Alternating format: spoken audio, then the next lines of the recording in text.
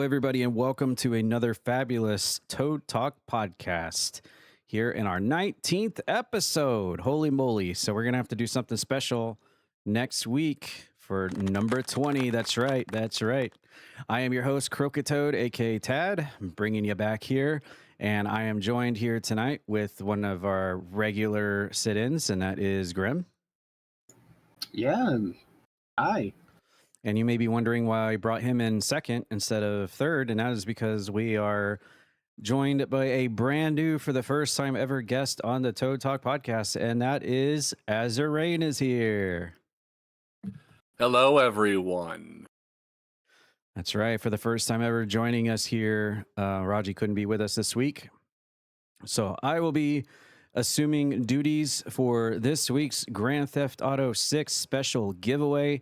If you didn't hear it last week or you're living under a rock somewhere, we are giving away 2 copies. That's right, 2 copies of Grand Theft Auto 6, and they will be dropped on the one of the November episodes before the release of GTA 6. Just keep your eyes peeled on our videos here in the description, or just keep listening for more news on that. We have collected all of your giveaways, your keywords, hashtags up to this point, so do not worry.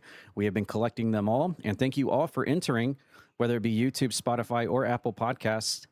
We've got a lot of entries. I even entered last week as well, so good luck to everybody. But yes, we will be giving away the $100 Ultimate Edition of GTA 6. That will be the grand prize first raffle pick come November.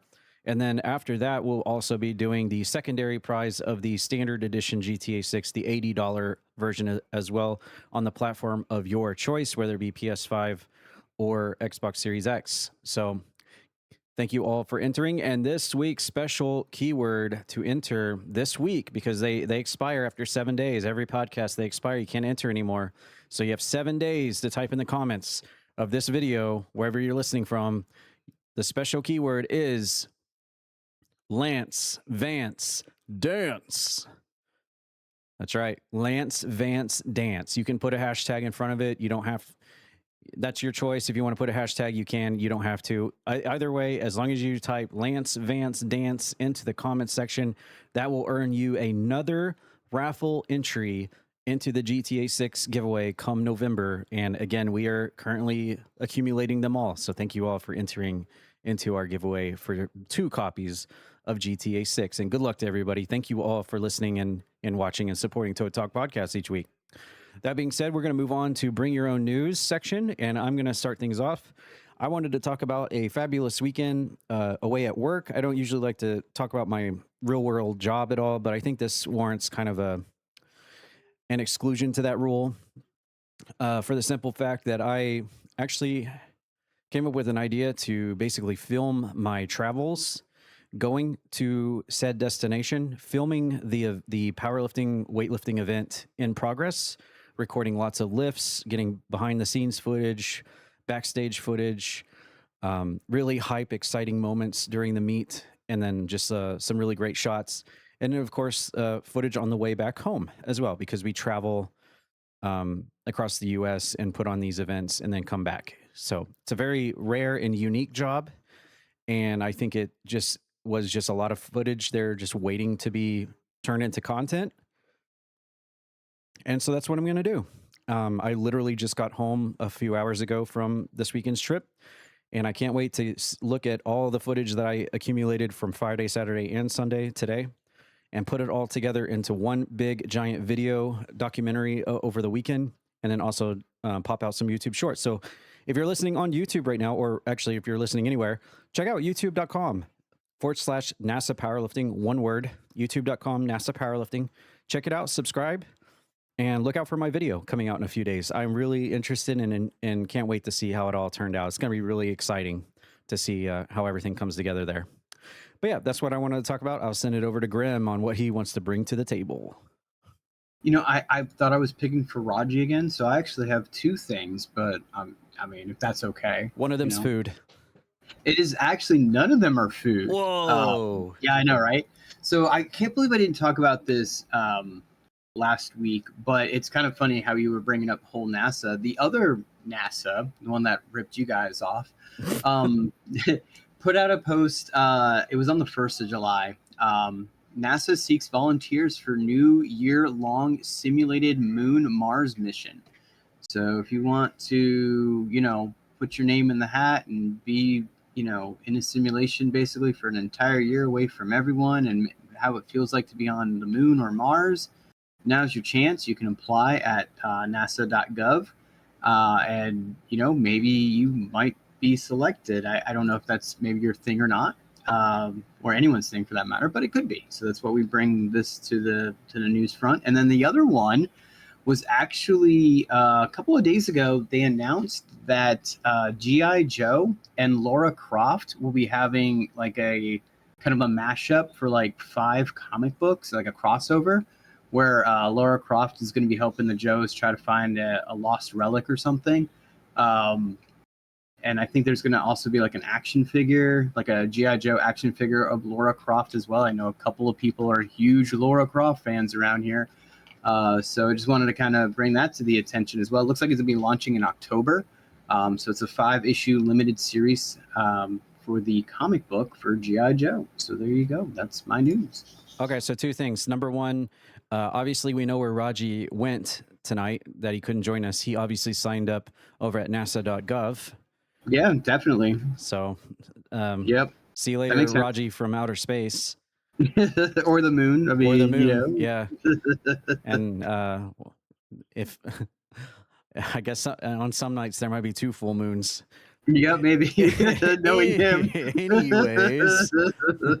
But yeah, that's awesome. I'll have to look into that Laura Croft thing as well with the comic book limited edition comic book series, especially the action figure, because I love collecting memorabilia. I thought that was kind of interesting, again, being like a G.I. Joe action figure, but it's Laura Croft. So I think that's a really nice mashup. I'm kind of excited to see what it looks like. Nice. Okay, Zarain, for the first time ever in Toe Talk podcast history, what are you bringing to the table? What I am bringing to the table is Pal World 1.0 came out this Friday. I'm sure some of you have heard about it or even experienced it as of late, but it is a completely different game. They've reworked where the pals are. They've added new things. They've changed locations. It is completely new. If you haven't picked it up yet, I highly recommend it. They're keeping it at the same price as they were for the open beta test and everything like that. So it is the perfect time to pick up this game if you have not.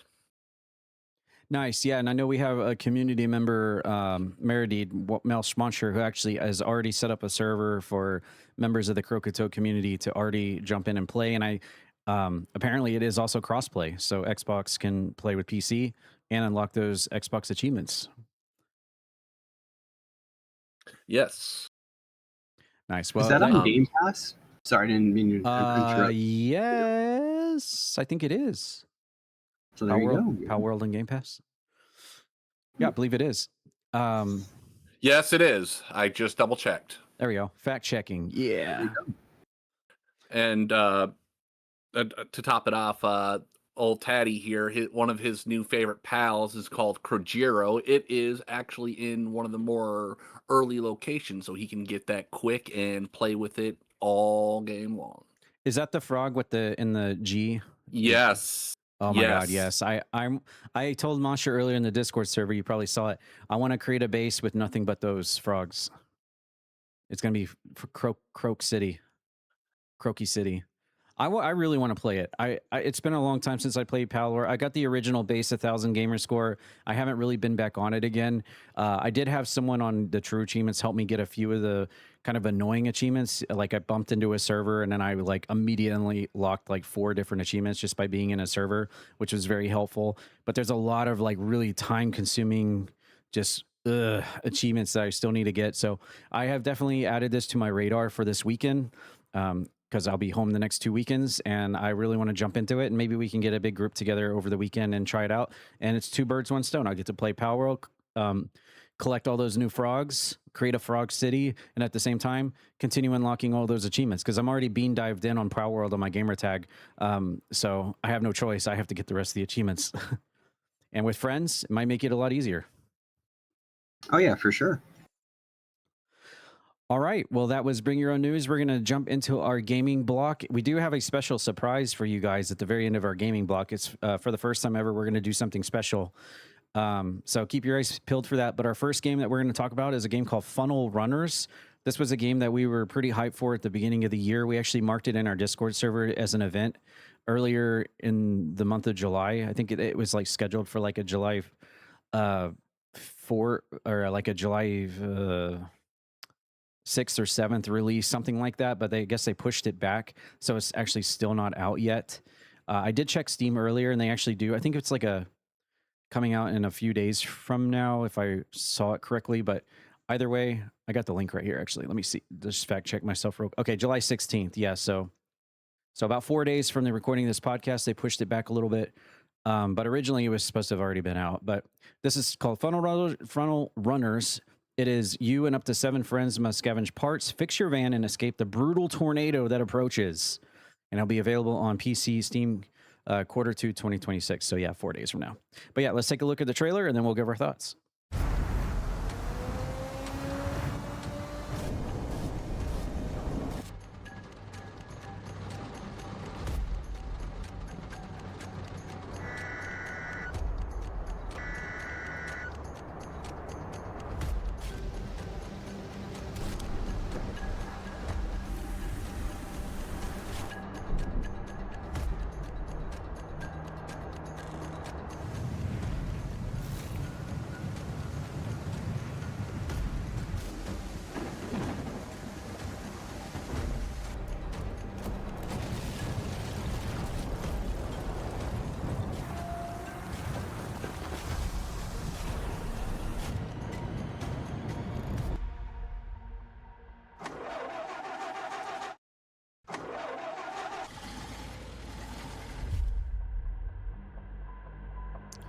Well, there you go. Funnel Runners. Originally, I thought this was going to be like Storm Chasers. Like we played Storm Chasers before, but this looks like more like a race against the clock because the tornado is coming straight for your town and you have to scavenge the parts to rebuild your van and get the hell out before the tornado comes and destroys you all.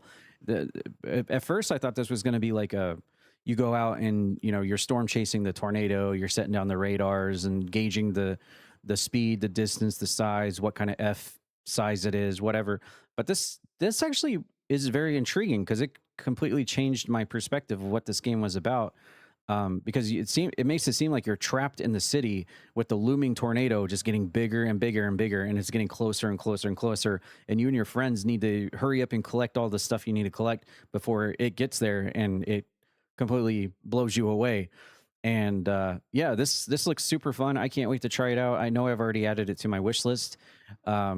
And I know we were already talking about this, but this just gave me a little bit more further incentive to maybe try it out. Maybe next weekend's multiplayer night, we can, if enough people get this, we can try it out. But yeah, this looks super fun. And again, you know, I've certainly got experience for tornadoes, so this is right up my alley, or should I say, tornado alley. Grim, what do you think about Funnel Runners? Were you one of the people that originally was trying to get this up on the community to play, or that might have been Signified, but what? Yeah, I think it was Signified, not me. Okay. But no, I mean, looking at the trailer, the official trailer, it definitely gets that feeling where you're like, oh man, like we gotta go, almost like Majora's Mask in a way, with the moon basically, you know, slowly coming down. You know, you have a tornado or tornadoes coming at you, and you need to find the parts, you need to fix your van, and you gotta go. One of the scenes that they showed was like you getting knocked over, and then all of a sudden the wall just completely ripping, and that's kind of scary when you think about it, because it's pretty much how a tornado can react. Like all of a sudden, like out of nowhere, like you just see like it just opens up everything. This game looks to be like it features a lot of teamwork. Communication is very key and very important. And trying to make sure that you gotta get the right parts, right pieces, fixing them. You know, so yeah, I mean, this is kind of like you said, like a race against the clock kind of deal, where you're trying to get out before, you know, you take a a Coke soda can up into the sky with a red truck, you know? Yeah, that's definitely the gimmick when you're out storm chasing is drive a truck right into the tornado. There's plenty of YouTube shorts here on the Croakitoad YouTube where you can find those. But I'm looking at the objectives here on the screen. It says change the fuses 0 of 1, fill the coolant reservoir, fill the fuel tank, fill the oil reservoir. So yeah, you are basically rebuilding the van and you're going out to all these different houses, scavenging for supplies to get out. So this completely changes the entire dynamic and expectation that I had for this game, because I was just going into this thinking that it was just going to be another, like, you know, storm chaser game. This is more like a survival game, race against the clock, and I'm very intrigued by this now. Azure, what are your thoughts about funnel runners? And well, you live basically next door to me, so you certainly have had your experience with the Oklahoma Naders as well. I have. I've had quite a few experiences with tornadoes around in my area, but overall the game looks fantastic. That timer of the objectives before the tornado catches you, that actually seems very interesting, very Phasmophobia-like. I love the Phasmophobia games. My one question is are they going to make this only do maybe 1, maybe 2 houses, or is there everything going to be spread out between several houses where you have to go in a panic, try and find everything, and then come together? So, other than that, I'm down. I love this trailer. It looks fantastic. I especially like the different sizes of tornadoes. You get like F1, little tiny ones, and you get up to like F5, like, you know, the more 99 that Oklahoma set all the records for. I was just thinking more. Yeah, that we set all those records for in the history of weather. And also, another thing I wanted to just point out is because, you know, everyone's going to look at a game and compare it to another game. It's just the way of the world. Going out and seeing that these people are having to go and collect all these different things from these different houses, I know it's completely unrelated, but in the fact that you have to go out scavenging like this, it really brought back like Friday the 13th vibes, where you have to like find the battery, find the gas, find the keys, you know, except instead of Jason Voorhees coming after you, it's a giant freaking tornado. But yeah, this is Funnel Runners coming out in a few days. We will definitely have to check this out. If I can get enough people to get it with me, we will definitely do a multiplayer session on this, because I am certainly intrigued. This says, some of the few comments real quick, says 1010, I wish I did more multiplayer because this looks so intense. Ever since Twister, night tornadoes have been a terrifying thought. Trailer translates that fear so well. Storm Chasers and Lethal Company, that's pretty cool. I hope I will be able to play as the tornado in this game, since the tornadoes are so good in here. Yeah, imagine playing as the tornado against the other people trying to survive. That would be interesting. That would be, actually.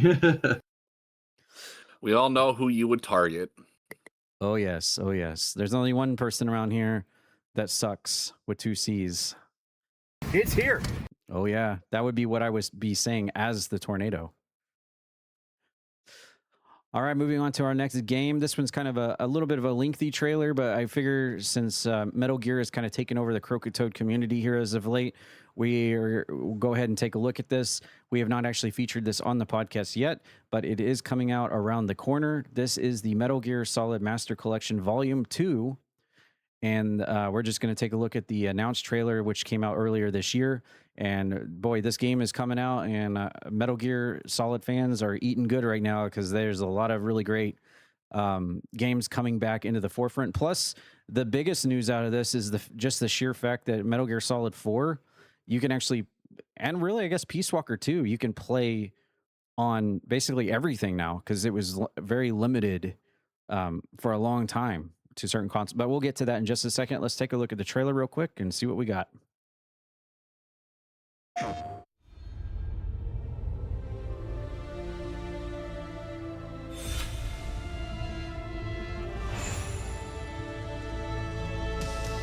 There's one more thing I must do. One last punishment I must endure. Outer Heaven. He's taken command of this immense army and is now preparing to unleash an insurrection. Liquid's goal is to seize control of SOP. the sons of the Patriot system that controls the soldiers. Will you do this for me? Will you terminate Liquid? How long is my body gonna hold out? When all of this is over, you'll have no choice but to accept death. This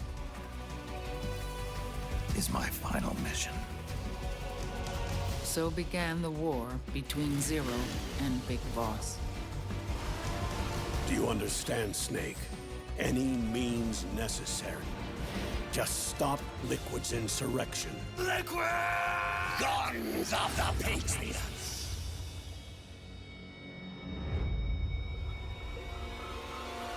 Because I knew where my loyalty belonged. Nukes. They're bringing nukes into Costa Rica. We are not allowed to bear arms. Please, you must drive them out of our defenseless country as our deterrent.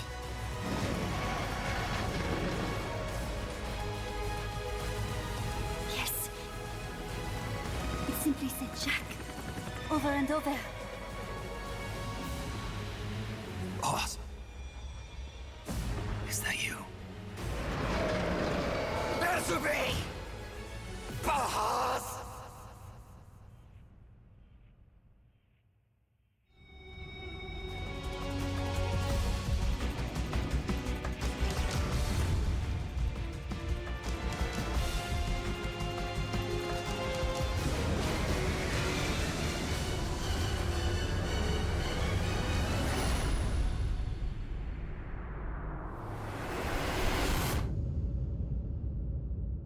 All right, there you go. August 27th is the date as of this trailer. So it's right around the corner, a little bit over a month from now. I know a lot of people are super hyped about this. Lots of opportunity for people to finally play Metal Gear Solid 4, which, if I'm not mistaken, was exclusively only found on the PS4. And Peace Walker very much exclusive as well. But we do have our resident Metal Gear expert here with us to chime in on some of this and give us a few details about this, what's good, what's bad, and some other good things about it. But we'll see what he has to say. I know he's going to get this game and maybe even has it pre-ordered.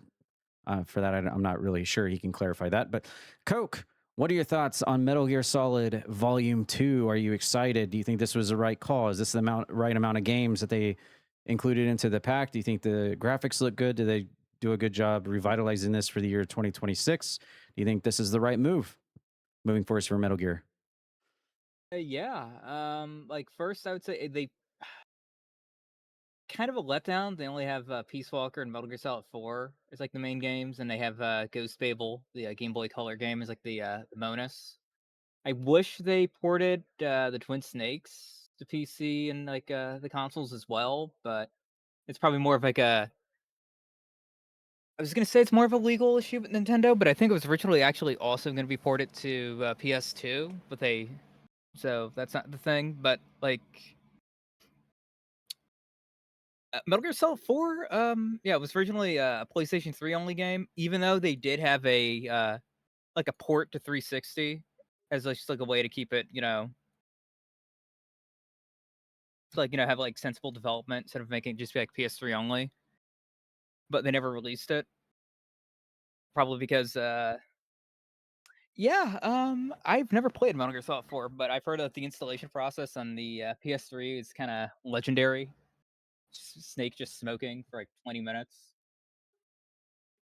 And there are like a lot of PS3 isms in the game. Like Otacon makes jokes about the Blu-ray drive and everything. I hope they keep that in the game.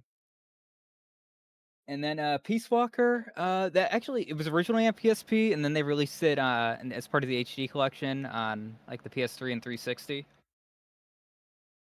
But like I wonder if the game's gonna be crossplay. Like I highly doubt it, but it would be cool because it would be easier for you to get the achievement grind. Because like the three of us, you, me, CS, could grind out the achievements in it.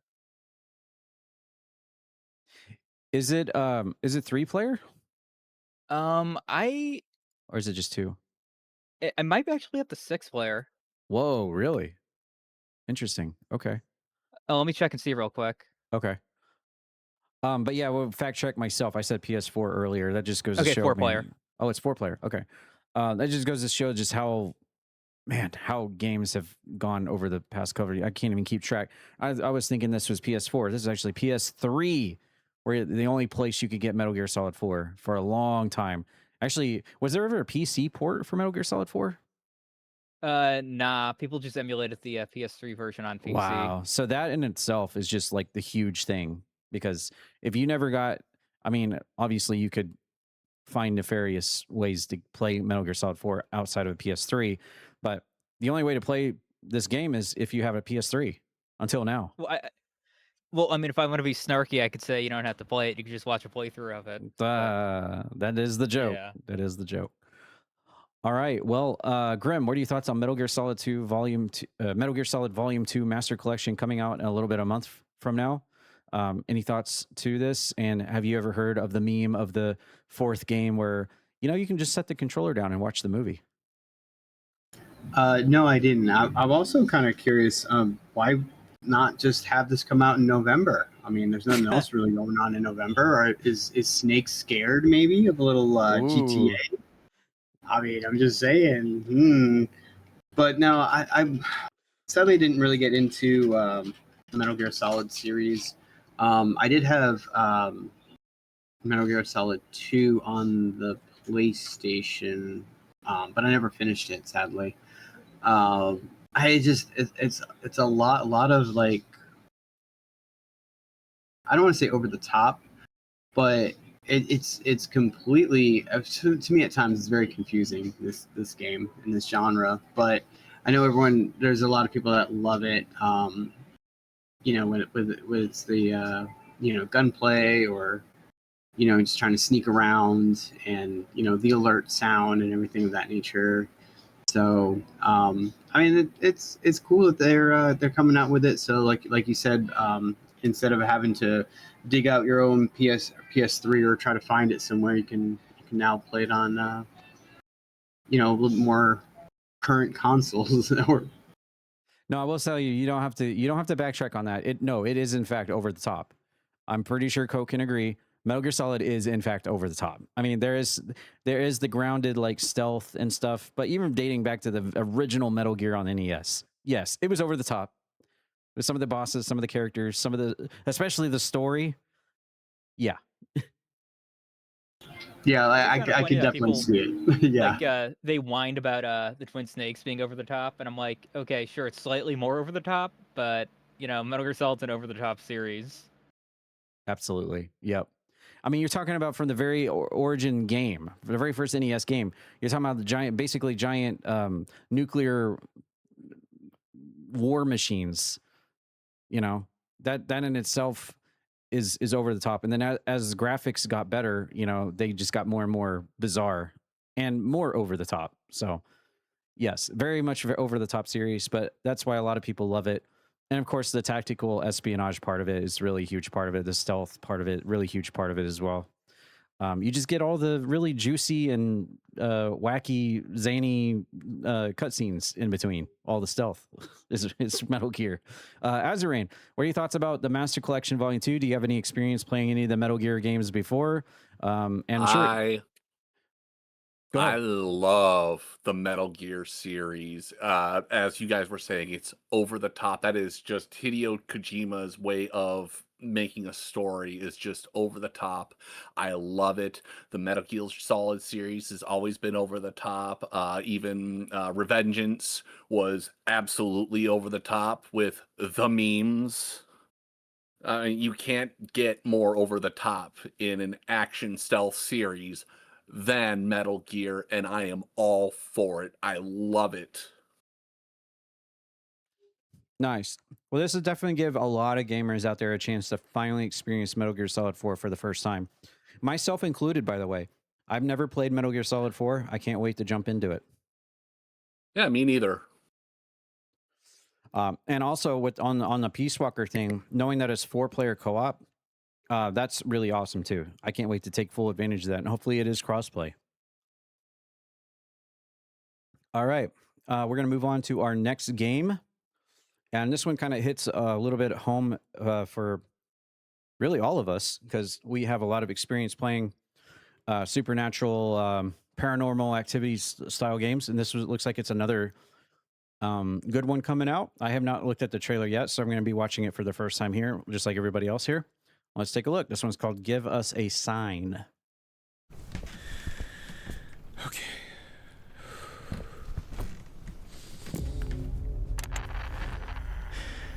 You here? Give us a sign. Nothing. Huh. I've seen enough.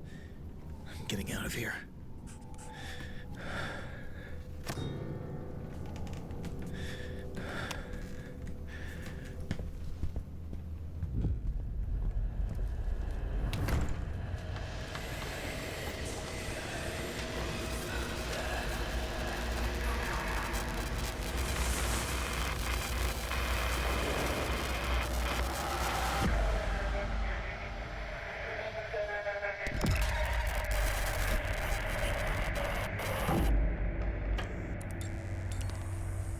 Ooh, spooky.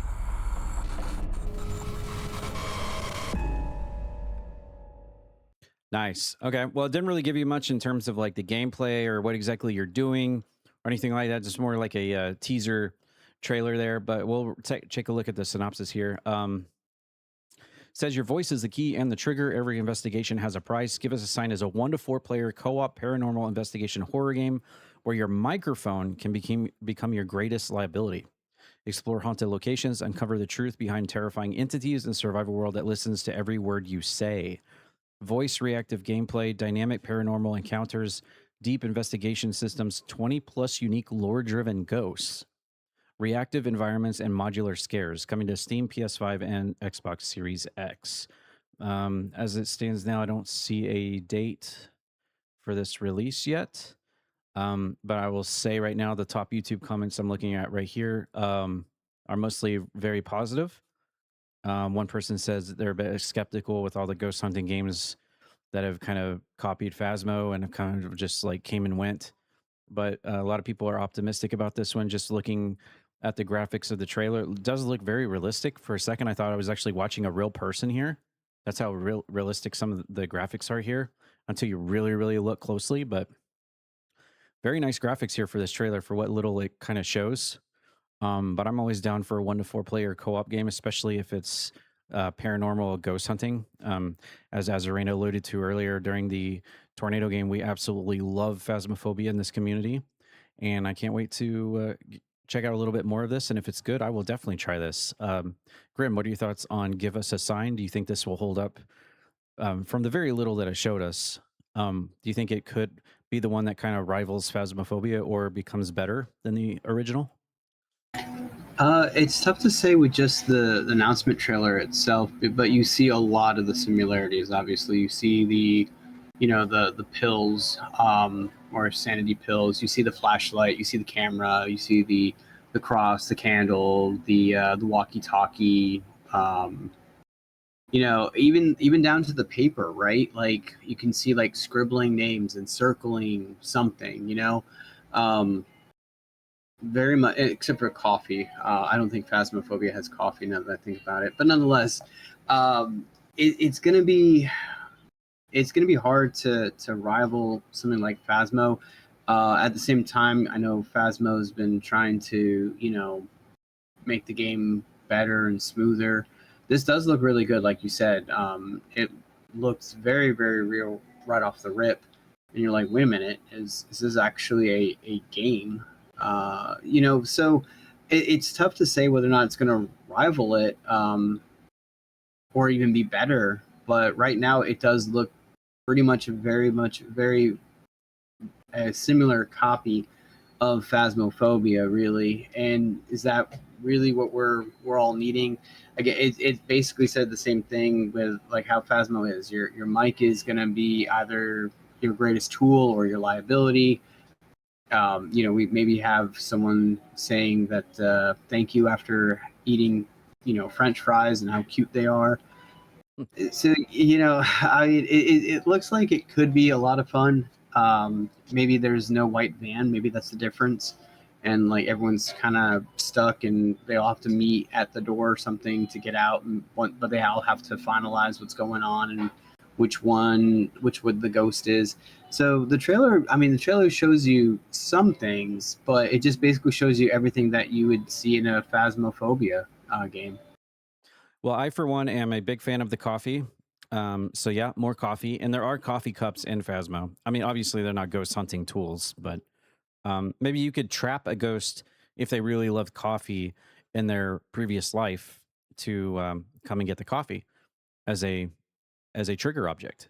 And then from there, we can safely say that this is not a Phasmophobia clone after that. Yeah. So, maybe that's what they need. I'm particularly intrigued by the fact that they're putting all this emphasis on the microphone in the game. So I think that's really cool, because how many times are we just goofing off in Phasmo and just, anyone that plays Phasmo, especially for the first time, they're going to call the ghost every name in the book, like a mid-2000s COD lobby, right? Nobody takes it seriously because they're just going to taunt the ghost. You usually do it in every single game you play, not just your first game. Well, yeah, I mean, but then I started getting to really love Phasmo, and then I kind of stopped doing that. Unless you're doing like, the classical, are you here? How old are you? How did you die? Are you pizza? Are you spaghetti? Are you apple? Are you tomato? Are you French? Are you German? Whatever. But the other thing, real quick, and then I'll pass it to Azarine. The other thing that I thought was really cool about this trailer that they described was that there was unique lore-driven ghosts. I thought that really stood out too, because you don't get that in Phasmophobia. Usually, you just get like the same 5 to 6 kind of ghost models coming after you, random each round. But there's never ever really been a backstory about the ghosts and maybe how they died, what tragic accident befell them. This game seems like it's going to really kind of capitalize on that. And I think that is really cool, because part of the intrigue of playing a ghost game or being involved in paranormal is how the person passed away. I think that's like the biggest part of the story. And Phasmo never really touched on that. What do you think, Azarine? I absolutely agree. Number one, yes, it does look like another Phasmophobia game, but there's so many different things that it says, like in the thing, 20 plus lore ghosts. Learning more about them would be absolutely awesome. One thing I'm looking forward to, though, possibly something other than just identifying them. Are we going to be able to maybe contain them, or set ourselves up in a little area that's a safe area, or just something more than just, okay, we got the ghost, let's go? Like a cleansing, maybe like a cleansing of the house and absolutely, like an exorcism of the ghost from the house. Yeah, I think that would be cool too.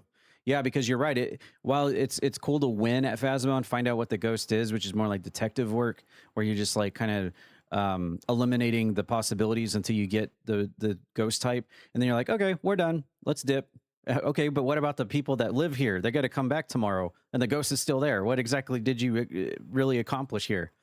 So maybe in this game, you get to actually exorcise the ghost and send it on its merry way to the afterlife, perhaps. All right, well, that was Give Us a Sign. As it stands here on the YouTube trailer, let me actually just take this Steam page real quick. Okay, it just says coming soon. So there's actually no date on this. Obviously, this was already on my wish list. 1 to 4 player co-op ghost game. Count me in. Can't wait to see more, though. I'd like to see some gameplay, maybe a little bit more of what the game's actually about, other than just like kind of a teaser. But it certainly has me intrigued. Okay, we're about to wrap up our gaming block real quick. We just wanted to take a look at a 20-second trailer here. This is a collaboration between Lego and Pokémon that is coming out on October 1st. There's actually no audio to this, so anyone listening on the podcast, you're going to have like I'll just talk over the trailer since there's nothing here.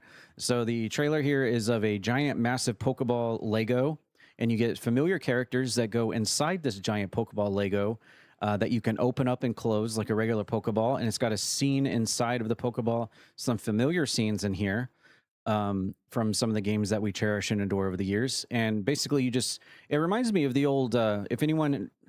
Well, I'm going to be dropping mine and Grem's age here, but if anyone ever got that old classic late 80s, early 90s Ninja Turtles Technodrome, where it's like you could you could open up the Technodrome in half, you could split it open and put action figures inside. I got that for Christmas one year. I was the happiest kid on planet Earth when I got that. I wish I still had it. But that's kind of what this Pokeball looks like, just on a much smaller scale, but still cool to open it up, because everyone always wonders, what does the inside of a Pokeball look like? Well, Lego kind of solves that for us in this situation anyway. And it's kind of got some little fun little sceneries in here, little characters you can stick in there. And this is an upcoming set from Lego. You can assemble a piece of the Pokemon magic with authentic details and cool features, including Red, Picnicker, and Professor Oak, Eevee, and Pikachu. The Lego Pokemon Iconic Trainer Moments Pokeball is available now for pre-order, with a full release on October 1st. So I absolutely love Pokemon. I adore Pokemon. I know some other people here on the podcast will definitely be talking about that here in a second. But I also like Lego too. I've bought a lot of the Overwatch X Lego collaborations, and some other Legos before in the past of gaming franchises I really like to put together. It's really a lot of fun. But yeah, this one's right up my alley, and I'll definitely be checking this one out. The Pokeball in itself just looks really cool. Like it'd be like a really cool thing to put on your gaming shelf once you assemble it. But Grem, what are your thoughts on the Pokeball, the Lego X Pokemon collaboration here? It's really, really neat. I'm surprised it's taken this long for something like this to happen. When I was a kid, my grandparents had like this big wooden box, and it was just filled with loose Legos, and I would just basically, whatever I wanted to do and build, I would just spend hours doing it. So I love Legos, and yeah, this is pretty cool. Like you said, you get to see what's inside of a Pokeball. I'm hoping that they come out with more of the Pokemon and not just the two. I know Eevee and Pikachu are the popular ones, but at the same time, you know, there are plenty other ones that they can come out with. Absolutely, yeah. That's the thing with Pokemon. You have so much to work with in that franchise. There's so much. This is just the tip of the iceberg, I'm sure. Azarain, you sure do love your Pokemon. Is this what, in fact, the inside of a Pokeball looks like? That all depends on the Pokemon itself. The area inside of a Pokeball is supposed to be more garnered to the habitat of said Pokemon, whereas this looks like a regular Route 1 or just kind of like a plains biome if we're talking more like a Minecraft style. Absolutely, Eevee may absolutely love that, whereas Pikachu may want more jungle style. He may want more electric, which, you know, the lab that's up in the top. Your trash Pokemon may want more trash to consume. It's very, very different in terms of the Pokeball for the Pokemon itself. The Pokeball itself is a contract with the Pokemon and the trainer, and if the Pokemon does not feel right with that trainer, it breaks out and can actually even leave the trainer, according to lore. I mean, you don't see that in the games because we're the best ever, blah, blah, blah, blah, blah, but I will kind of curb it there to also say, yes, I absolutely love this idea for a little Pokeball like this. They've been doing more and more collabs with Lego. I think they've got an Eevee out to actually build out in terms of Lego as well. So absolutely, they're looking to do more of this. I wish they would have done this when I was 10 years old and had Power Rangers instead. I would have swapped to this immediately because absolutely I love Pokemon. Yeah, and this just looks like something really awesome that you could just put on your gaming shelf next to your other memorabilia. Just close up the Pokeball and just have it sitting there. Really cool.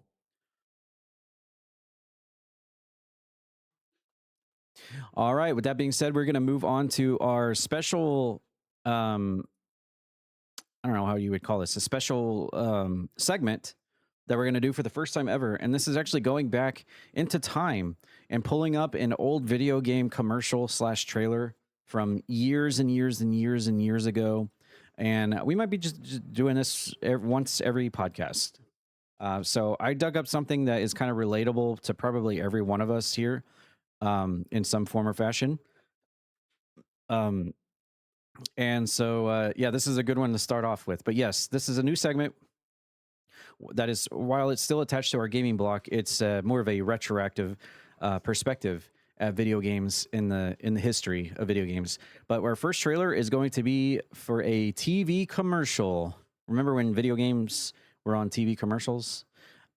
For the original Teenage Mutant Ninja Turtles for the Nintendo Entertainment System, and this is from 1989. So let's take a look at it. And also, this is from an Australian-based commercial as well.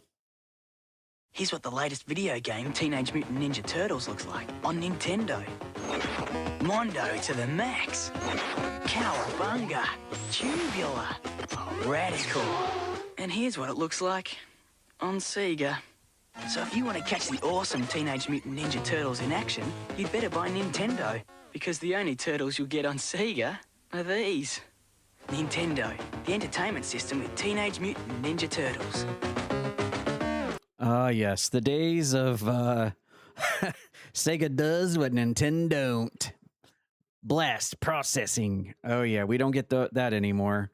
Because everything's crossplay now. But man, this is awesome. I remember getting this game. I never actually. I think I eventually owned this game like at the very tail end of the lifespan of the NES. I remember renting it. Yeah, remember those days when you could actually rent games, not on Steam, of course, at real places. And I came away from this thinking, wow, this game is really hard as a kid. I'm like, why is this game so hard? I can't even get past like the first level. And I was like, who are all these creatures? Who are these monsters? And it's funny to go back and scour through YouTube now, people like defending this game, saying like, no, actually all the monsters, like the flaming guy, the flying robot bats, the things that absolutely make no sense, that at first you would think like, why are these enemies in my Ninja Turtles game? This makes no sense. Where people are like, actually, if you look at the origins of the Ninja Turtles, it's actually based on like more outer space and sci-fi, like in the original like comics and stuff, where it talks about like more like Krang and stuff, where the Ninja Turtles is more of like a sci-fi outer space kind of storyline in like some of the original comic books. But of course, it got its popularity through the 1980s cartoon series, which was more grounded about them being in the sewer in New York City, and then Shredder. And so a lot of the kids that played this game didn't really have an experience with the origins of TMNT through the comic book, and just were kind of just confused as we're all. But yeah, I'm just kind of defending that. I have no dog in this fight. I am still of the mindset of like, I'm still of the mindset as a kid, like I loved the TV series so much. I wanted to see more of the TV series in this game. But I understand in one of the videos, and I'll drop after this, but in one of the videos, I guess they had already started production on this game before the first episode of the cartoon came out. So when they were making this game, developing this game, they had no idea what the direction was going to be like for the cartoon series. I might have that wrong. I only watched this YouTube video one time, and it was a while back, but I was just kind of like looking on YouTube. I'm like, why is this game why it is? And, we all know the AVGN with his love with like LJN and like games just completely messing games up. But I was really like trying to deep dive into this game, why it was made the way it was. But nevertheless, I went out into the weeds there a little bit. But yeah, I remember this game as a kid, and it's just fun to go back and see these old commercials, see the old NES console there, the old NES controllers, the old pixel graphics there. Just brings a love that I have for growing up and becoming a gamer. Maybe not necessarily the game itself, because it is hard as balls, but still brings back lots of memories nevertheless.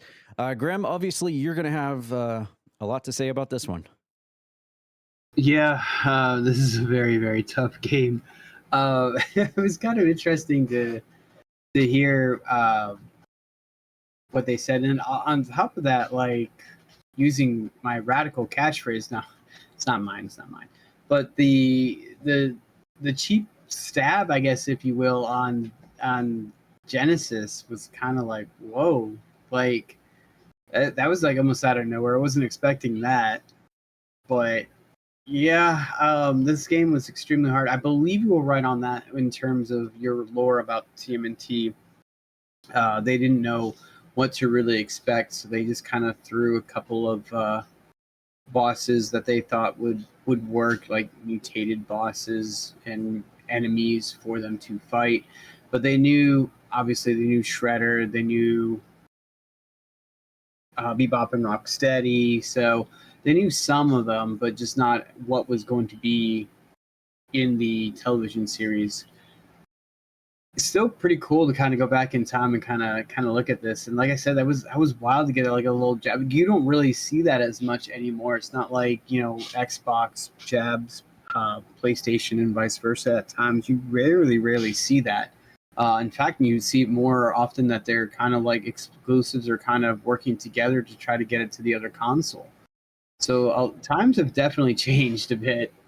Yeah, absolutely. Nowadays, I guess the equivalent of that, the shots fired there in that old commercial would be more like if you're watching the Sony State of Play or something, and it just only lists that, oh yeah, it's available on PS5. Yeah, exactly.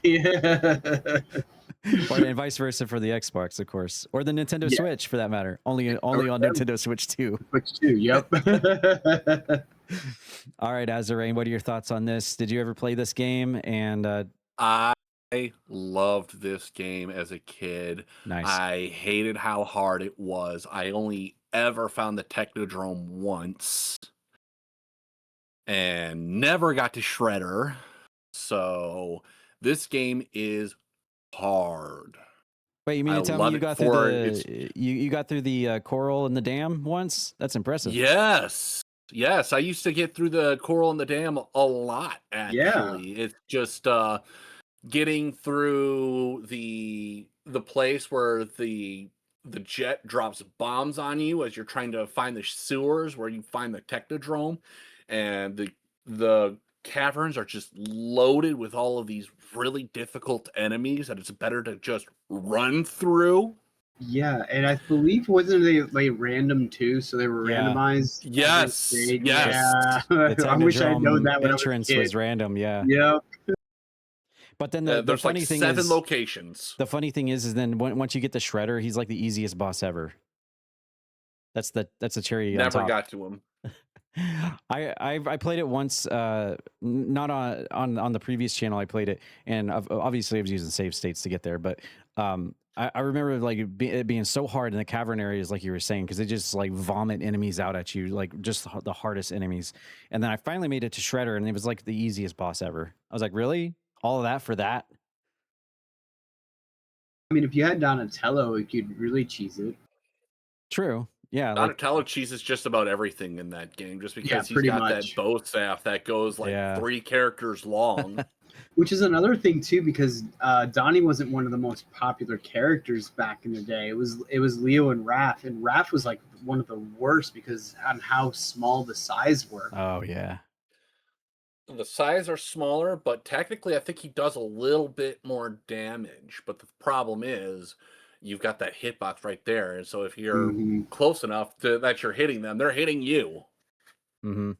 And also I want to point out that another thing to go back to on the whole, like they made this game before they really knew before the Turtles was going to blow up. If you actually look at the game case for the game, or even the label for the game, you'll notice they're all in red bandanas instead of the individual 4 colors. The comic book, yeah. So the that's comics. So that guy goes into like they were just basing this on the comics and the whole sci-fi aesthetic, rather than where they went to with the comics, with like New York and sewers and Shredder and all the mutagens and stuff like that. So for anyone out there that are like, well, who are these enemies? Why are these flaming bats and these flaming guys and these robots, cyborg things in my Ninja Turtles game? Well, go back and check out some of the original TMNT comic books, like before the '89 comic book, because that's what they were really inspiring this game on.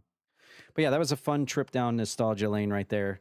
As we end our gaming block off, we'll have to see what we come up with next week for our retro aspect. I kind of want to dig into some Zelda.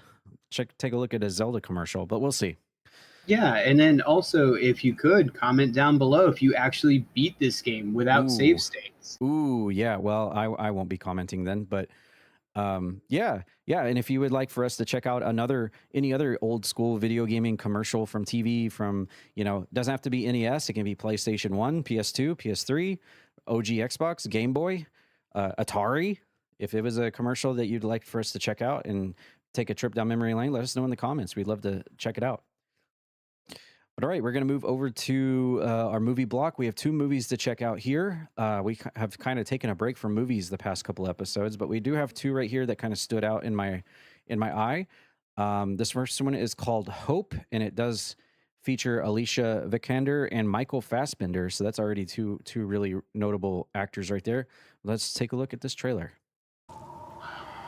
아니 도대체 뭐가 이딴 짓을 한 거야?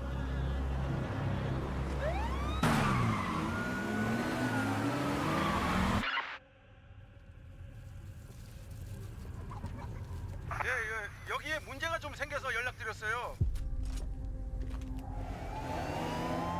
미쳤어.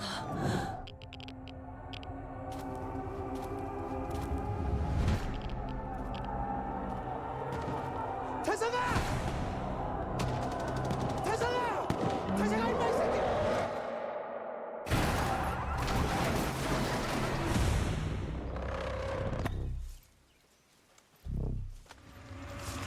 뭐야? 빨리 와 이 씨발놈!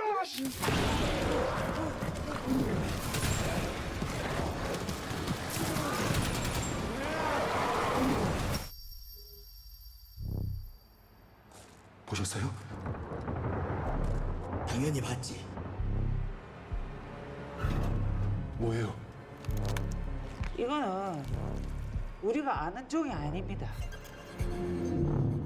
정비 챙겨. 들어가는 거야. 하나, 둘, 셋. 개새끼 그럴 줄 알았다.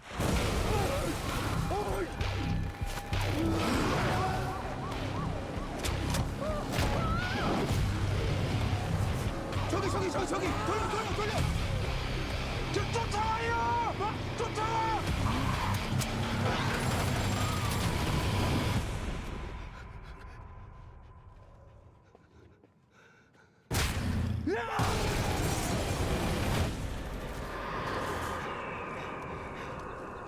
Good Lord. Okay. So coming out September 9th is Hope. We didn't see Alicia Vikander or Michael Fassbender in this trailer, but the synopsis says, in a remote village of Hope Harbor, a mysterious creature has wreaked havoc on the village. Police and local hunters set out to track the beast and find themselves hunted instead. But not is all as it seems. As panic spreads and reality begins to unravel, the village finds itself facing something far beyond imagination. And boy, this is a very interesting creature. It does show a few glimpses of it towards the end of the trailer. Almost like a giant alien woman with long hair. Yeah, I guess.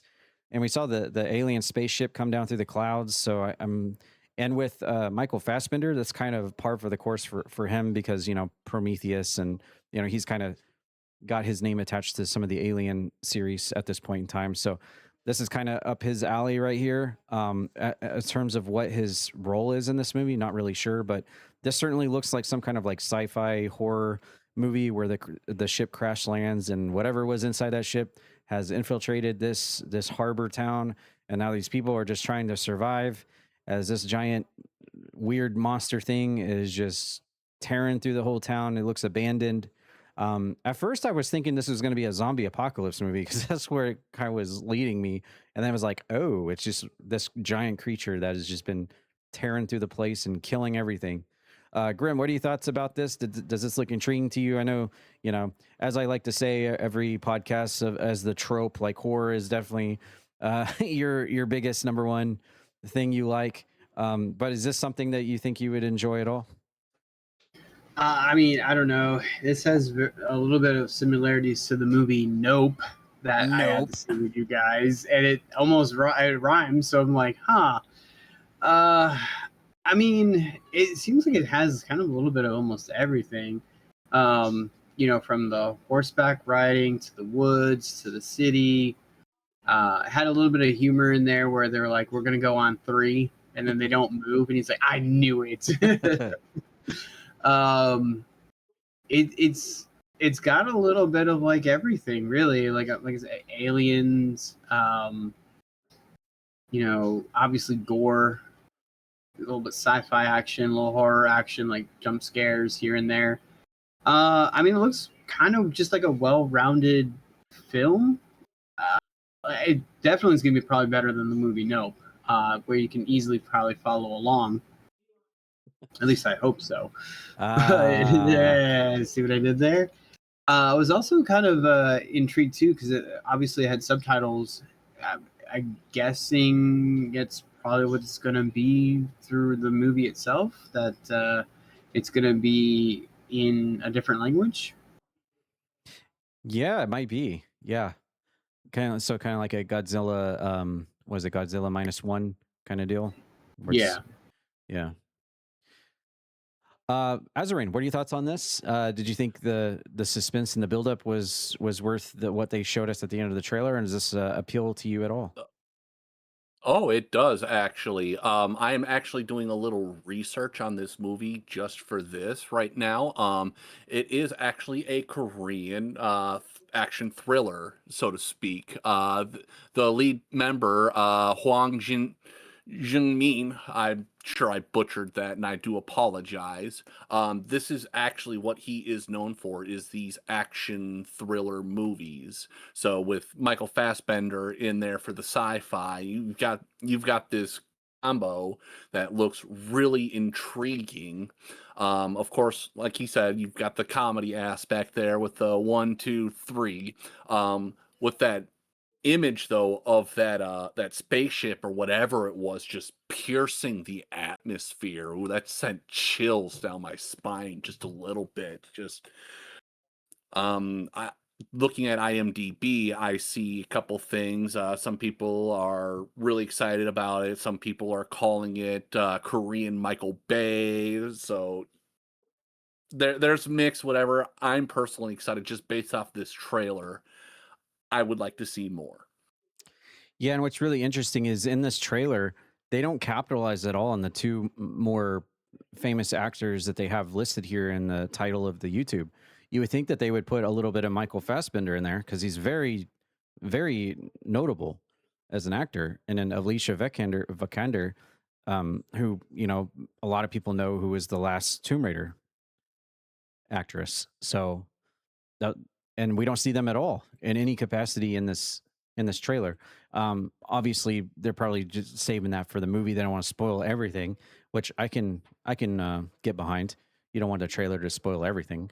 And I'm also kind of, I don't know. I don't really agree with them actually showing off the monster at the end, but excuse me.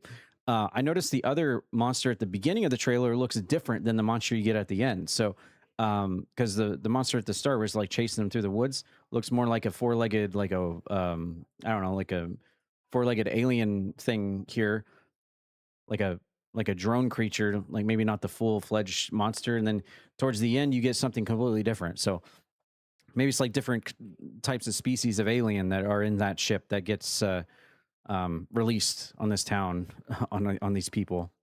Nevertheless, it definitely looks interesting, and I will definitely keep my eyes on this.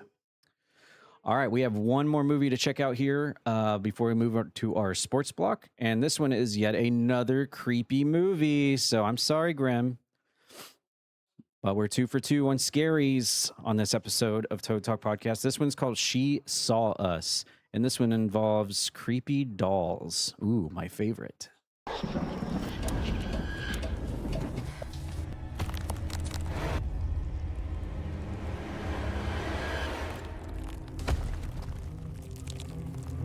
Years back, this place were nothing but fear and darkness. There was a witch, they said.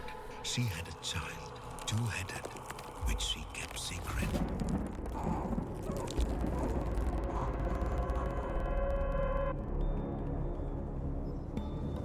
This trip is going to make an amazing documentary.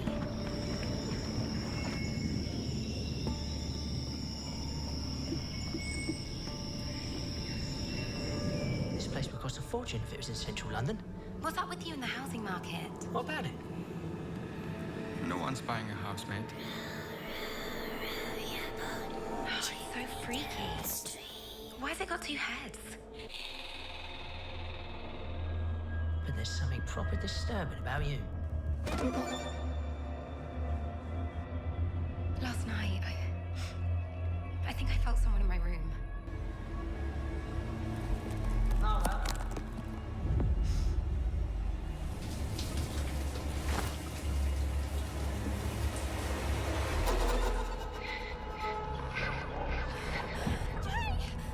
I think I heard someone on the recording from last night.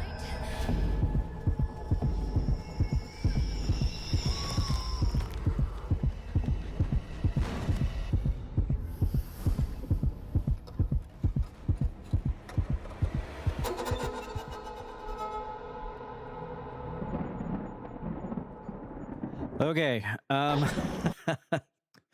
So first things first, after watching the original movie we just looked at and then looking at this one, you can definitely tell a notable difference in probably the film's budget here.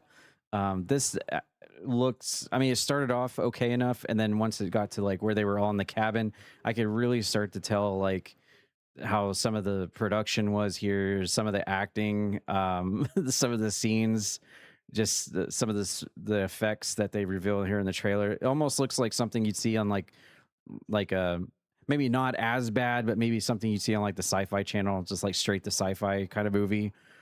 It still has an interesting premise. I'm not dogging on the movie at all. Maybe we should have watched this one first and then the other one. But you can definitely tell like this one doesn't have as much budget going into it. Nevertheless, it's a story about a creepy doll. You got horror jump scares in here about 4 people in this abandoned cabin, and there's I don't know why they're spending the night. People will never learn. You know, it's like the Evil Dead trope. People never learn to stop reading out of the damn Necromonicon, but they do it anyways. But yeah, this one, I mean, if I'm bored one night, maybe I'll check it out. But yeah, I mean, the creepy doll aspect has got me, but let's hope that the story and the rest of the game, or not the game, but the movie kind of is better than what the trailer shows here. Is that just me talking here? Did you think it was good, Grem, or are you on the same mindset as me? No, I think you kind of hit it kind of like spot on a kind little of like bit. a TV movie, almost kind of feel to it. Yeah, the special effects looked a little good though. Like one scene where her eyes like turn green. That didn't look really. I mean, it looked pretty good compared to like what we kind of saw through the rest of the trailer. I know. I guess, you know, with a doll with 2 heads, that's double the amount of your budget right there. So maybe that's what it was, you know, I mean, because they have to turn, look at each other. It was kind of weird too, because it looked like it only had like 2 feet. And I just, yeah, there it is. So it's only got 2 arms, obviously. So it's kind of like very, very weird. But yeah, you know, it might have its moments. I don't know. I don't think it'll be as scary as it's looking or it's trying to be. And that's, I guess, good for a guy like me who loves horror movies, you know? So, but at the same time too, like, I mean, for example, like, I can barely see through the shower curtain. I'm going to open it up real quickly and be angry. Like, you're like, what? Like, no one does that. It's good though that they're holding on to their own mic stands though at times. So, you know, again, budget and whatnot. So, but you know, I don't know. I don't know if I would see myself actually going to cinemas to watch this, but you know, the dolls kind of look creepy, especially when they move. It does look really creepy, actually. But yeah, I mean, you're pretty spot on with your assessment. It almost reminds me of like, remember that old Goosebumps series, the live action Goosebumps? Mm-hmm. This looks like it would be like a Goosebumps episode, just the way it. Yeah. It doesn't seem very horror. It's going for this. What rating is this? Maybe that's what It doesn't say. I wouldn't be surprised if it's like a PG-13 rating. Maybe that's what it is. Does it say at the very end? I'm curious. Let's look. It doesn't say. Maybe that's what is making me think that it's just like not. It's like a Goosebumps TV movie, scary movie. But yeah, I don't know. The production, you can definitely tell, regardless of the rating. I mean, I will still sit down and watch this just out of morbid curiosity to see how the whole movie plays out. And I might have to come back here and report. Maybe I'll be like, you know what? This movie was actually pretty good. The trailer just didn't do it justice. Or I'll be like, okay, yeah, no, pass. But nevertheless, I'll check this out. I'm a horror movie buff. I love watching horror movies, good and bad or indifferent. Azarine, what are your thoughts on this? Did this strike you at all? And do you kind of see where I'm going here with like the low budget, kind of a Goosebumps, like PG-13? Absolutely. Absolutely. Again, I'm doing a little research on this movie as we're doing this. These actors, Nad Sham, Anna Wark, Emma Hutchings, and Eddie Manning, this is kind of like their main breakout thing. So this is kind of a new thing for them.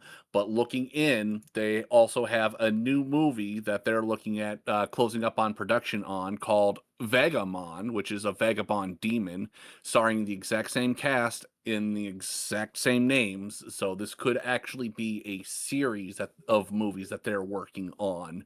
And frankly, if it's hilarious enough, which all bad horror movies, if you're gonna be bad at being a horror movie, at least be a comedy, is my thought. So if it's funny enough, I may actually check it out. If not, I'm probably gonna pass on this one. Like maybe the doll like chases after him at one point and it like trips over its own feet because there's only 2 feet. Yes. There you go. I'm giving you some ideas. If you're listening to the podcast, there you go. All right. Well, that was She Saw Us. Again, out of curiosity, I'll check it out and I'll have to report back here. Comes out. It says when it comes out, right? Only in cinemas. When was it? Let's see. Oh, September 4th. September 4th. So we're about 2 months away. Check it out in cinemas.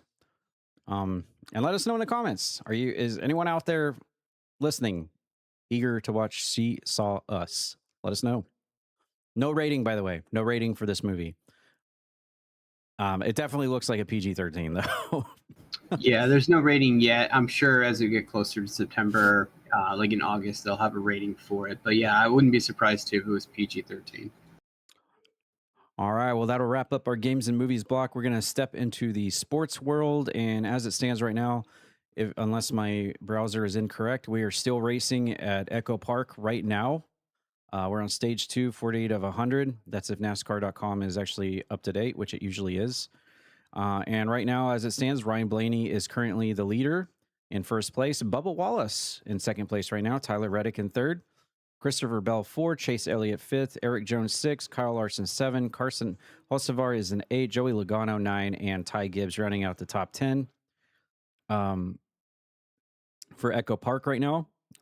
And as we talked about last week on the podcast, Denny Hamlin, who I did not mention at all, did I? Where the heck is Denny Hamlin at in this? Oh, he's 15th right now.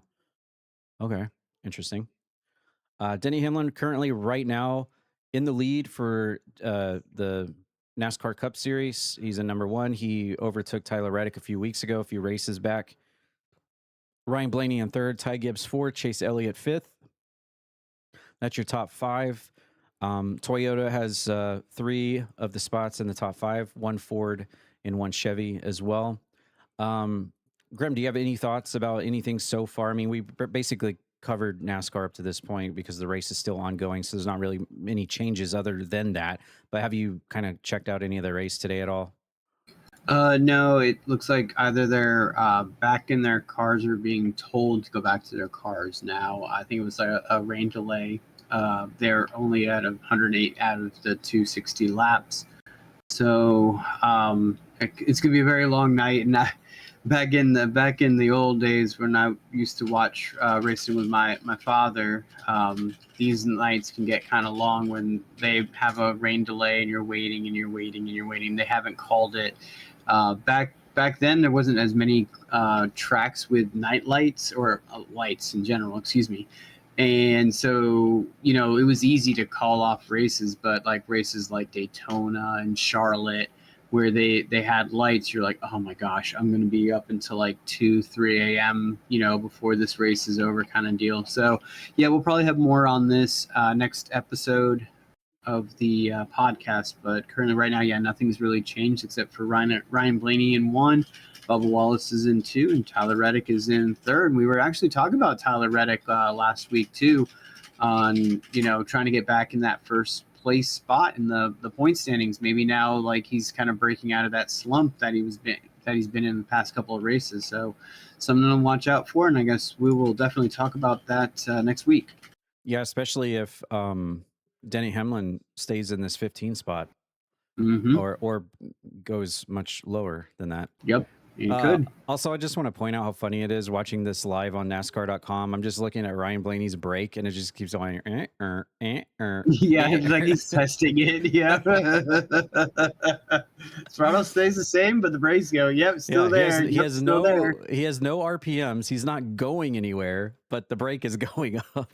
The throttle's 13%. Maybe they told him that, and they're like, "Hey, kind of mess with everyone like watching it on the website. Yeah, just keep hitting the brake once in a while. Just don't add too much pressure, just enough."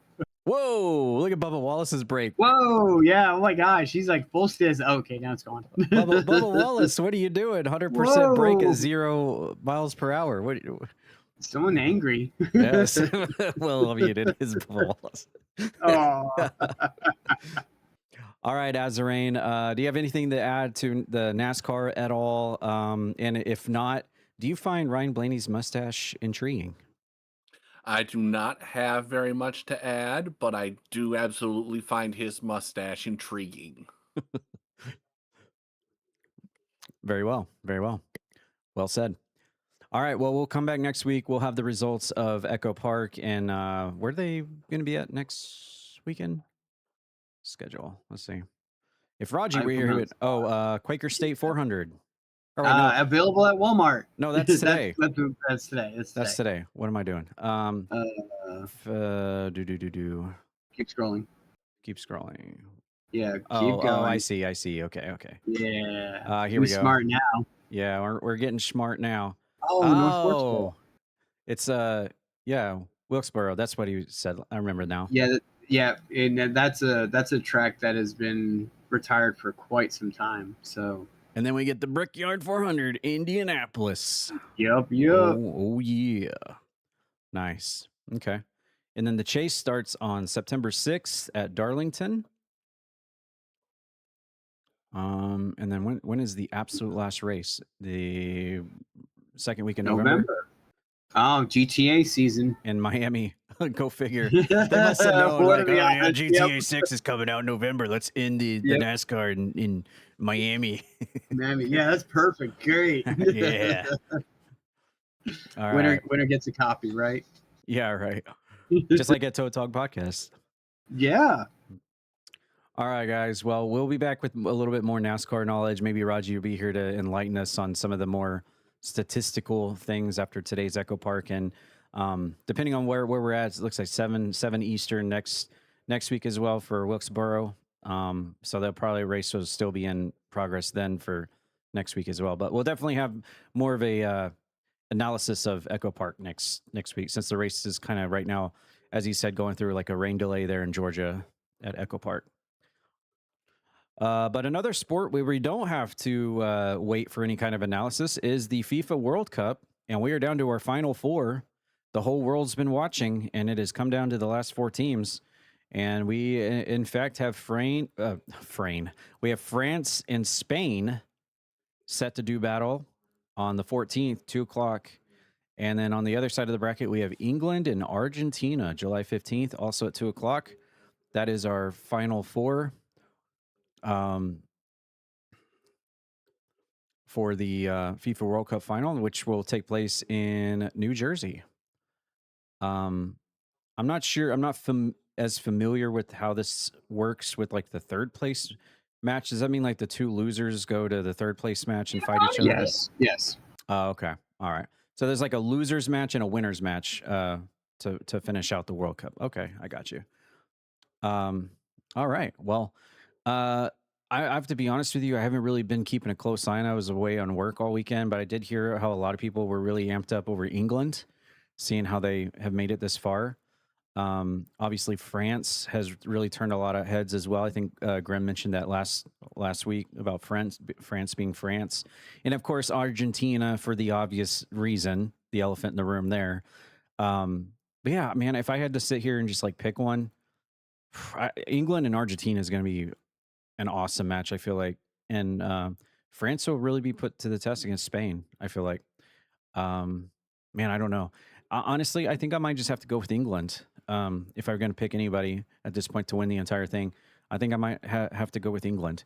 I think if they can beat Argentina, I think they can beat the match. They can win it. Argentina is definitely going to be a big test for England, I feel like.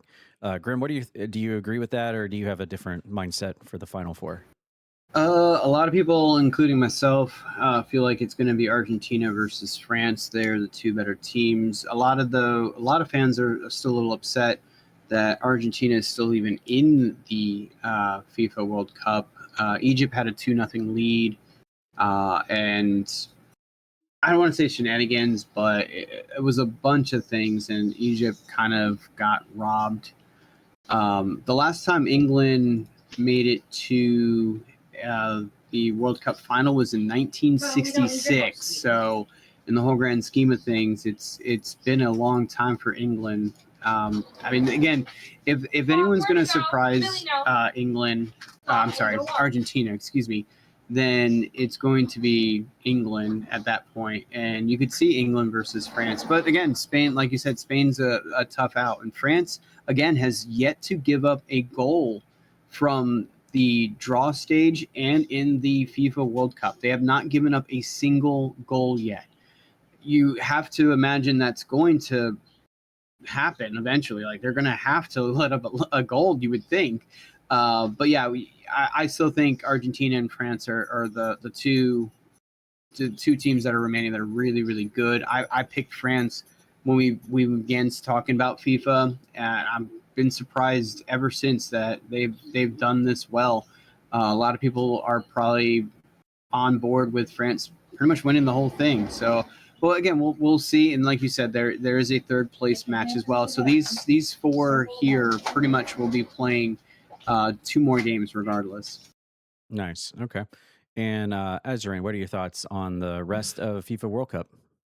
Well, with my ideas on France and Spain are actually kind of reversed. Just because France has not given up a single goal does not mean that Spain is not going to spank them, in my own personal opinion. So we're kind of at odds on that one. And then in terms of England versus Argentina, England just came off of that win with Mexico 3-2 after they had stayed they had to be basically up all night because the Mexicans found the hotel where the England people were staying and lit off fireworks at their hotel all night long in an attempt to, cause them to not be able to perform. So I think England may actually have it over Argentina unless shenanigans happen again. So I'm looking at an England versus Spain, and I'm taking Spain over England. Wow. Okay. So all three of us have a different winner to win the entire World Cup. So if Grem's going France, you're going Spain, I'm going England, then that means Coke is going Argentina. Or we can just give it to Raji. I mean. Oh, yeah. Oh, wait, but he's got to be here next week, too. So, yeah, maybe we just go. Yeah, it's probably a good idea. That's true. Yeah, maybe he can report in from the moon. While mooning. That's a callback. Kudos to those that have been listening through the entire podcast. You know what we're talking about. Yes. I'm looking at you, listeners. Yeah, go back. All right. Well, that's what, July 18th and 19th. Ooh, that's at 2 p.m. Oh, yeah. we should actually have the winner by the time we do this podcast next Sunday. Nice. That'd be good. We'll unless the yeah, we would have to, because if it starts at 2 p.m., I mean, we don't usually start recording this till like 6. So, and all you listeners out there, go ahead and right now, go ahead and post who you think is going to win the FIFA World Cup. Yes, let us know. Are you pulling for France, Spain, England, or Argentina? Let us know in the comments, and we will acknowledge you like Roman Reigns next Sunday on the 20th episode. Do we have to raise our hands with the one sign? Yes. You have to raise one. You have to raise one finger in the air. Yes. I'm going to be practicing all week. All right. Well, it's a good segue because we're going right into our WWE news here, and so we'll just really, really quickly brush over the Monday Night Raw results for July 6, 2026, and Raw kicked off with Gunther coming out to hit a surprise attack on Cody Rhodes. That's what started off the show. And I believe no, he's not. It's CM Punk. Okay. I guess Gunther's just being a pain in the side of Cody Rhodes, leading up to his match at SummerSlam. So that's what that's all about. Then we had LA Knight, in Seth Rollins with a confrontation, and then LA Knight got dropped by Jimmy Uso. Man, just LA Knight, just him and Rusev, man. They just cannot pull the trigger on those two guys, no matter what. Jeez. Then after that, we had Braun Breaker and Austin Theory defeating the Street Profits to win back the World Tag Team titles. I see Logan Paul in the background of the screenshot. That's funny. I noticed that they paired Austin Theory up with Maxine Dupree to try to get him a little bit over, because as I talked about a few episodes ago, people were just saying like Austin Theory was just not a good fit for this stable. He was like the pin guy. Like if someone needed to take a pin to get over on the Vision, it's Austin Theory. Send Austin Theory out there. He can take the fall. Everyone else still looks good. But they put the tag belts on him. Now he's paired up with a female valet to try to get a little bit over on the crowd. I don't know if it's working or not, because I don't really watch every week to week. I'm really curious to see if his crowd reaction, especially if he's in a singles match now that he's with her and he's getting a push with the tag belts here, if he individually is getting a little bit more crowd reaction, a little bit more reaction from the crowd, because I know people were saying when he did the reveal with like the mask and he took the mask off and he was like the newest member, it was just like everyone was just like, oh. So I'm wondering if that's still the reaction for him now that he's, paired up with Braun Breaker, which I also feel like, what the hell happened to Braun Breaker? Like he got injured, now he's a tag champ. Where did his push go? I'm sure Gremlin is going to unpack all of this after we're done here.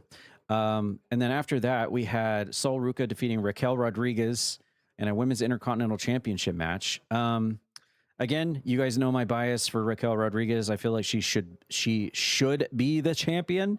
Why is she here mingling with Sol Ruca for the IC belt when she should be the women's champion? But nevertheless, glad to see they still see some value in Raquel Rodriguez here in singles match, in getting at least a title shot on Raw against Sol Ruca. I don't disagree that Sol Ruca should not be the Intercontinental Champion. I think she's got a lot of momentum. A lot of people really like her right now. I'm noticing even on like the Stevie Richards podcast, they really have shed a lot of light on her for doing a lot of botches lately, ever since she got pulled up to Raw. Like his infamous shout out to Stevie Richards podcast, by the way, with his like "Where Did It Go Wrong" segment, which I really love to watch, that showcases like botches and stuff. I think Sol Ruca has been on there like 2 or 3 times now, just with like misses and fails and stuff. So I don't know if that's like going to be a reoccurring thing with her, but at the end of the day, I feel like it's a good choice having her as women's IC champion. She definitely has a spunk to her, and a lot of people seem to really like her right now, despite some of the problems she's had in some of her matches. And then Io Sky came out to mess up with Liv Morgan and Roxanne Perez in the middle of that match, by the way. So we had kind of a storyline going on within a storyline. Then we had Obafemi confronted Paul Heyman to talk about the Hell in a Cell match, which is set up for SummerSlam, the first week of August. And so that is going to be that is a huge match. Brock Lesnar versus Obafemi inside a Hell in a Cell is going to be super awesome. I hope it lives up to the hype that just the two names inside a Hell in a Cell on paper exist. I hope the match lives up to that expectation between the two, but we'll see. And then we had Ethan Page and Rusev defeating Chad Gable and Dragon Lee. And I'm seeing Joe Hendry here. Is that Joe Hendry? That is Joe Hendry. Okay. Joe Hendry being locked into a camel clutch here by Rusev. Kind of a funny picture, actually. But yeah, I feel like just like with LA Knight, Rusev has just been a dust collector ever since he came back to WWE. And even before he left, just a dust collector. No one wants to remember that stupid storyline with him and Lana and Bobby Lashley. That just terrible. And coming back, it doesn't seem like he's been any better. And they just cannot pull the trigger on him and give him what he rightfully. At least he's got something here, I guess. At least he's at least being used. But much like LA Knight, I feel like he deserves a lot more. I don't know what they have against him, but nevertheless, I'm glad to see he's involved in something. And he actually made Dragon Lee tap out to his accolade camel clutch there. So he gets a win on Raw at least. And then we had CM Punk defeating Sami Zayn to win the undisputed WWE title. This was a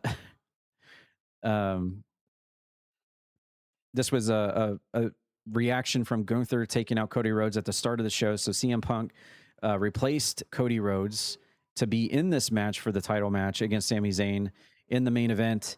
And what do you know? CM Punk takes him down, makes him tap out to get the undisputed WWE title back. I think Sami Zayn, all right, no, he hit him with the go to sleep and then pinned him. My bad. He did put him in the Anaconda Vice though, but he did not tap out. He actually pinned him with go to sleep. But nevertheless, CM Punk once again undisputed WWE champion. That does change SummerSlam now. It will be now CM Punk versus Cody Rhodes.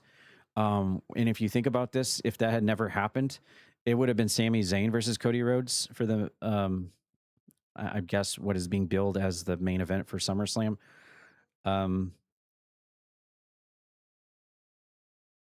Sorry about that. I had to sneeze. I'm hearing a lot of stuff on YouTube about how WWE just did not feel like Sami Zayn was like main event material. Like I feel like they just gave him this belt just as like a what do you call it? Like a consolation prize for being in WWE and wrestling so long. Here's your world title. You can have it for like 4 days. You can say that you've always been a world champion. There you go. Pat you on the head. And then, let the big boys have the belt back now. And, I don't have anything against Sami Zayn personally. I just, as a wrestling fan, it's hard enough to get me to watch, but I've just never been a fan of Sami Zayn. And I can say the same about Kevin Owens. I've just never seen the draw in either of them. I'm not saying they're bad wrestlers. They're very athletic. They're very good at what they do. When I think of Sami Zayn and Kevin Owens, I'm just like, that doesn't make me want to watch. And that's just me personally. Some other people might absolutely adore and love them, or Sami Zayn. But man, I feel the same way about CM Punk too. So just to be fair on that, and Cody Rhodes as well. Maybe I just don't like anybody. No, that's not true. I like Raquel Rodriguez. Just put her in every match and we'll be fine. But yeah, nevertheless, CM Punk is the new WWE champion going into SummerSlam. He'll be facing Cody Rhodes in the main event. Do you want to do a brief recap of Raw real quick, or do you want me to go straight to SmackDown for your thoughts? I can do a brief real quick, actually. All right, let's run it down for me. He was going to answer a couple of your questions. Sure, there's a lot to unpack there. Yeah, it was going to be Cody Rhodes versus Sami Zayn. Gunther took out Cody Rhodes. I won't say what that sets up because you'll see it more on the SmackDown side. LA Knight confronted Seth Rollins because they had this whole thing about, hey, we had to break down the old guard and now we're kind of the old guard in a way. And LA Knight's like, well, I'm not that. And, I wish I could just get title shots here and there. So sounds about right. Braun Breaker and Austin Theory. Braun Breaker's back from injury, but Logan Paul's hurt. And so is Bronson Reed. So they had to give Austin Theory something, I guess, in a way, for the Vision to get back the tag titles, which are supposed to be holding on to, I guess, for a little bit. The Maxine Dupree thing kind of comes off of the like, hey, I don't accept your apology, Chad Gable. So she's finally turning heel. So it'll be interesting to see what happens with Akira Tozawa and Otis. Sol Ruka, yeah, she just needs a little bit more time. You know, she's new to the roster, you know, and mistakes are going to happen, and that's just kind of power for the course. But her being the IC champion does make sense. It just, I mean, maybe she should still just be chasing and not being the champ. But nonetheless, I mean, she is the champ right now. So, like you said, the real main event should be at SummerSlam, should be Oba Femi versus Brock Lesnar in that Hell in a Cell match. Should be brutal, and that's basically what it should be. Now, will it be? Who knows? But it should be. Rusev sticking out his tongue while doing the accolade was pretty funny. But it kind of keeps him into the IC title picture, and that's what you saw with the Penta and the Gauntlet match for SummerSlam right now. Kind of keeps him in the running for it. And honestly, you know what? I mean, at SummerSlam, why not give it to Rusev? Let some of these young guys like Ethan Page, right, or Joe Hendry, heck, even Dragon Lee at this point, start trying to like chip away at a big veteran like Rusev. You know, I think it'd be a perfect time for him. But again, that's later down the road. And of course, CM Punk defeating Sami Zayn, you kind of already covered that, so you kind of knew, like you explained what was going on, why it was happening, and so on and so forth. So there's really not much to add on that one. Who's the Intercontinental Champion right now? Penta. For men. Oh, Penta. Okay. Yeah. Alrighty. Yeah, I would love to see Rusev as the IC champion and let all these other young bucks try to go after him, chip away at him, like you said. I think that'd be great. Build Rusev back up to a monster again. Yeah, exactly. And like I said, it's basically a gauntlet match. You know, it won't make Penta look weak if you're really worried about that kind of deal, which you shouldn't. It's Penta. I mean, he's pretty good. So, but nonetheless, if you want to do it that way, that's basically best way to do it to get him off the belt would be to just do something like that. And I mean, Rusev has the fans behind him too. Like when he's doing you know, when he's doing more or less like the promos and everything, especially the one that he did on the, you know, outside with like the fans and everything, everyone was going nuts. So, you know, why not? Okay. All right, we're going to move over to SmackDown here. This is from the July 10th episode, and to kick off the show, we had Cody Rhodes, complete with suspenders, facing off with CM Punk, the new champion, who would have normally been Sami Zayn, to kick off SmackDown. I guess that's where they officially dropped the challenge between the two, where they made it official. Cody will go for the belt against CM Punk at SummerSlam, and so they made it official at SmackDown to kick off the show. And then our first matchup was Finn Balor defeating Tama Tonga. So I guess this it was a backstage attack the week prior by the Tongas, and Finn Balor came back out and defeated him in singles action. So they got a feud with like Finn Balor and the Samoan guys right now going on SmackDown. Then we had Jimmy Uso defeating Royce Keys.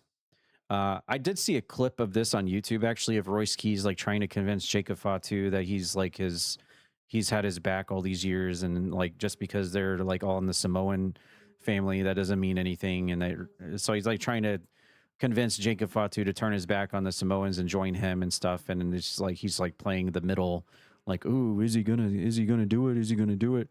Kind of storyline right now. And I guess that's what they're going with here with Royce Keys, with Jacob Fatu and Jimmy Uso right now. But despite all of that, the Spear takes down Royce Keys, and Solo Sikoa actually did an interference here in this match, but Jacob Fatu picks up the win. No, Jimmy Uso. I'm sorry. Did I say Jimmy? I don't know. There's so many Usos. Yeah, you said Jacob. Jacob with the win. I said Jacob Uso. Jacob Uso got the win. Yeah. Jimmy Uso. Yes, Jimmy Uso. Jacob Solo Uso got the win there. And then Jacob Fatu and Solo did a little... I like how Solo always wears those black turtlenecks sweaters. I love that. Yeah, I wonder where he got that from. Yeah. Maybe his new father. Yeah, maybe on a new show, on the other yeah, show. on the other show, yeah. except he wears sleeves. This other guy doesn't. But nonetheless, yeah. Right. Okay, and then after that, we had Jade Cargill defeating Alexa Bliss. I see she got her arm stuck in a chair. I'm actually starting to see a trend of people like starting to like frown upon Jade Cargill. I'm not really sure why, other than I don't know if it's her. She's starting to get a bad reputation backstage, in the locker room, or it's her match in ring quality is not as good as people originally thought when she first came in, or it might be the combination of both. But I'm starting to see a growing trend here. People like starting to like kind of frown on Jade Cargill. I don't know where this stems from. Again, I don't watch it. I just go by what I see on social media, what's trending and stuff. But I'm seeing some fans like not really be into Jade Cargill as much these days as they originally were. But nevertheless, she gets a win over Alexa Bliss there on SmackDown. And then here's some big news right here. We had Trick Williams and Carmelo Hayes once again facing each other. They're like the Coke and Roxas of WWE right now, Trick Williams and Carmelo. But then in the middle of the match, here he comes, Baron Corbin. Is he happy Corbin? Is he sad Corbin? Is he lottery winner Corbin? Is he the lone wolf Corbin? I don't know. He's Corbin, and he's back in WWE, and he takes them both out. So there you go. I would really love to see or hear what the reaction was of this. Just from the screenshots here, I see one guy has got his hand on his forehead like he can't believe it. Another guy is just like smiling a little bit. Another guy isn't even looking. There's a kid with his mouth wide open. There's a woman with her phone out filming it. There's a guy in the front row just like staring like he's reading a book or something. And then there's some girl in the front row next to her, what I assume to be her dad, and she's not even looking. She's like looking at the commentators or something. So I don't know.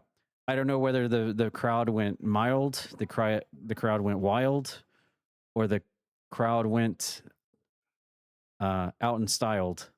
I don't know. That was terrible. But Baron Corbin's back in WWE now, nevertheless, in a big manner there, taking them both out.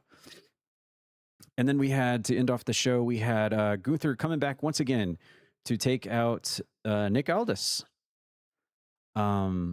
which was a result of him teaming with Sami Zayn against CM Punk and Cody Rhodes at Saturday night's main event. So I guess that will be coming up around the corner. Gunther didn't like being teamed up with Sami Zayn at all, so he took offense to this and took out the general manager, Nick Aldis. And I one thing I have heard about Nick Aldis, much like with Jade Cargill, is I've seen a lot of people that are like, and I think even on the Stevie Richards podcast, people are like, man, have Nick Aldis take that suit off and put him in the ring. People are really wanting to see Nick Aldis wrestle and put the business suit off, take the business suit off for a while, just to see what he can do in the ring. So maybe they're going towards this. I don't know. But nevertheless, there's that tag match is set for Saturday night's main event, featuring 4 players in the WWE Undisputed Championship title division there. So they're setting up that tag match going into SummerSlam for sure. But that's how SmackDown ended. What are your thoughts on what you saw on SmackDown, Graham?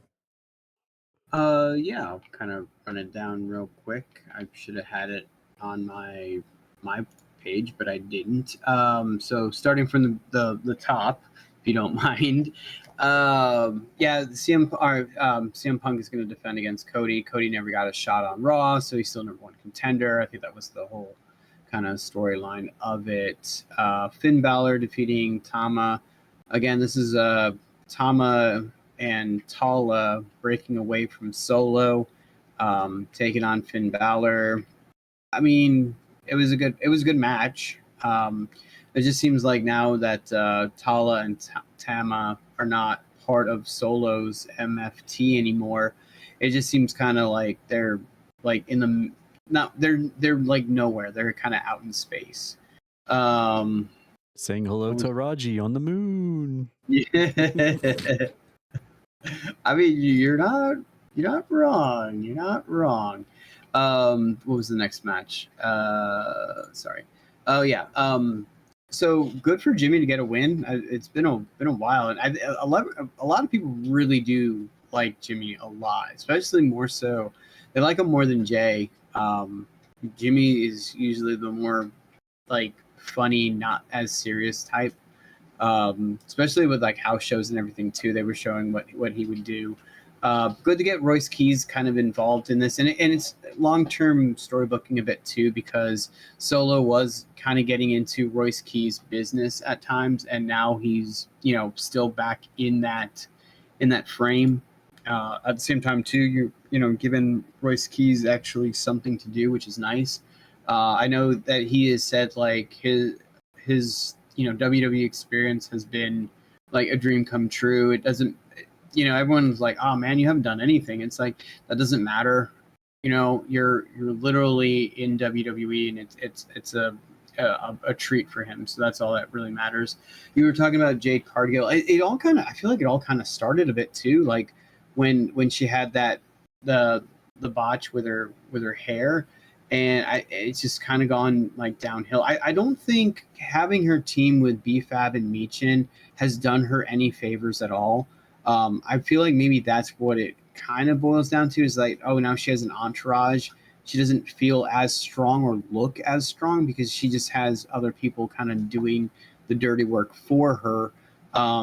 I saw a picture about Alexa Bliss with her arm and her elbow, and it was kind of a little swollen, a little red, and she looked like she was in the hospital. Now, whether or not it's for sure or not, I didn't read more into it. I apologize for that, but I did see that they were really working the angle that she does have an arm injury. This is also the same person that can dislocate her elbow. She's done in that at least in one match, if I remember right. It was against like Sasha Banks, and she was like telling the referee, "Hey, my arm's like this," and it's like dangling out. And it looks really like gruesome. And then she just kind of like pops it back into place, kind of deal. Trick Williams and Carmelo Hayes, the match that should have been at WrestleMania, but now we just get it on SmackDown every other week. Honestly, I'm okay with Baron Corbin coming back. I just don't know if he elevates this feud between Carmelo and Trick at that point for the U.S. title. I think a lot of people just want it to just go down, let Trick and Carmelo kind of handle this. And again, Gunther attacking Nick Aldis. It sounds like that's what's going to happen, is that Nick Aldis is like, listen, I'm done with this suit. I'm good. I'm done being the GM. Someone else can be GM, and he can, take on the likes of Gunther. Sami Zayn, I guess, could also have a gripe with Nick. You could also maybe do even CM Punk. There's so many other ways that they can go, and you can kind of throw him into the Undisputed Championship contention, if you will, because he's got such, the history between like Cody and now Gunther. So, but yeah, pretty good SmackDown actually. Who is this referee that's been the WCW referee? Little Nate. What's his name? Charles Robinson. Is that his name? Charles Robinson. Is that him? That has to be him. Oh my God. Yeah. He's still a referee and still going in 2026. Charles Robinson. Good Lord, man. That is Charles Robinson. Didn't I say like a way back, like he broke a record for being like the only professional referee to have refereed in like 4 different decades, or maybe it was 5. I didn't know that. Really, Earl Hebner didn't do that? No, apparently not. Wow. Like Charles Robinson like broke the decade record for being a referee in professional wrestling. I thought it would either be Earl or the other one. Jimmy Corderas or Tim White. Yeah, I think it's Tim White. I think that's who I'm thinking about. Yeah. No, I'm unless it was wrong and I was misreading it. You can let me know in the comments, fact check me. But yeah, apparently Charles Robinson broke the record for the most decades being a professional wrestling referee. Also, by the way, another side note about Baron Corbin, I just remembered while you're talking about him, is the fact that I was pretty sure I don't know how up to date this is. Obviously, it's not going to be now, but apparently an MLW, which just started coming back after a long hiatus on YouTube. They post YouTube channel shows on their YouTube channel, but apparently Baron Corbin was teaming with Dijak as I think they were called the Twin Towers, and they were actually the MLW tag team champions on the MLW Fusion show, but obviously not anymore. So I don't know how far back those MLW shows get uploaded to their YouTube, but yeah, they were actually a tag team, him and Dijak. Yep, I remember that actually. Yes. Who knows? Maybe a guy like Dijak comes back. That's just it too. Like a lot of these people that have kind of gone to the indies and kind of branched out a little bit, they have, kind of revitalized a little bit, maybe get another character going, and then WWE's like, yeah, maybe we shouldn't have let him go that early, So I mean, who knows? But yeah, Baron Corbin could be that first step in that direction to try to bring back some of the older, younger. I know it's kind of weird to say that, but the older, younger group to kind of help with this younger group, because like you were talking about with Sol Ruka, sometimes they just don't have that connection. Carmelo Hayes is another one where he's kind of connecting with the fans, but not nearly as what you thought that he would. I mean, in NXT was hot, so bringing in some of the older guard, but not that old, like a Baron Corbin, Dijak, and all that. Heck, even like. And probably not Adam Cole, but like Keith Lee, for example, if he wanted to come back, people like that were kind of like very NXT-ish, like maybe what 5. I actually know what happened to him. Oh, okay. He's been under contract to AEW under Tony Khan, and I think he was around for a while on their show. And something happened. I don't know whether it was an injury or something. But I watched a video about this. It might have actually been James Romero. I think it was. He broke down to every wrestler that was contracted under Tony Khan, who we haven't seen from like longest to most recent. Like and this longest one was like up to like 3 or 4 years since the last time we've seen them on a main AEW program. Yeah. And Keith Lee was actually one of them, where he's just constantly been under contract. He's getting a paycheck, but he's not been on television in years for AEW. Yeah. So, and then I believe he's married to Michin. So yes, that also kind of throws things like you were thinking like, eventually maybe, but again, if they're under contract, then there's nothing you can really do about it. And then, I will always remember Charles Robinson for the rundown on the WrestleMania. Oh, yeah. I love it. Every single time I see that, it makes me smile.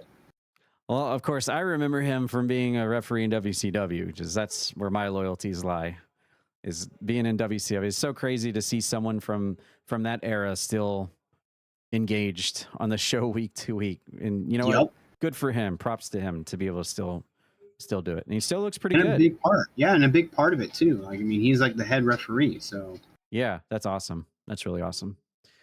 All right, well, real quick, we're gonna break down the 5 matches they have confirmed through Wikipedia right now for SummerSlam, and then we'll move on to our last portion of the podcast. The first match, we have Liv Morgan defending her belt against Io Sky. It's going to be a singles match for the women's world title. Then we have the Obafemi versus Brock Lesnar match inside Hell in a Cell. We've got Roman Reigns versus Seth Rollins singles match for the world heavyweight title. And I know collectively a lot of people are just like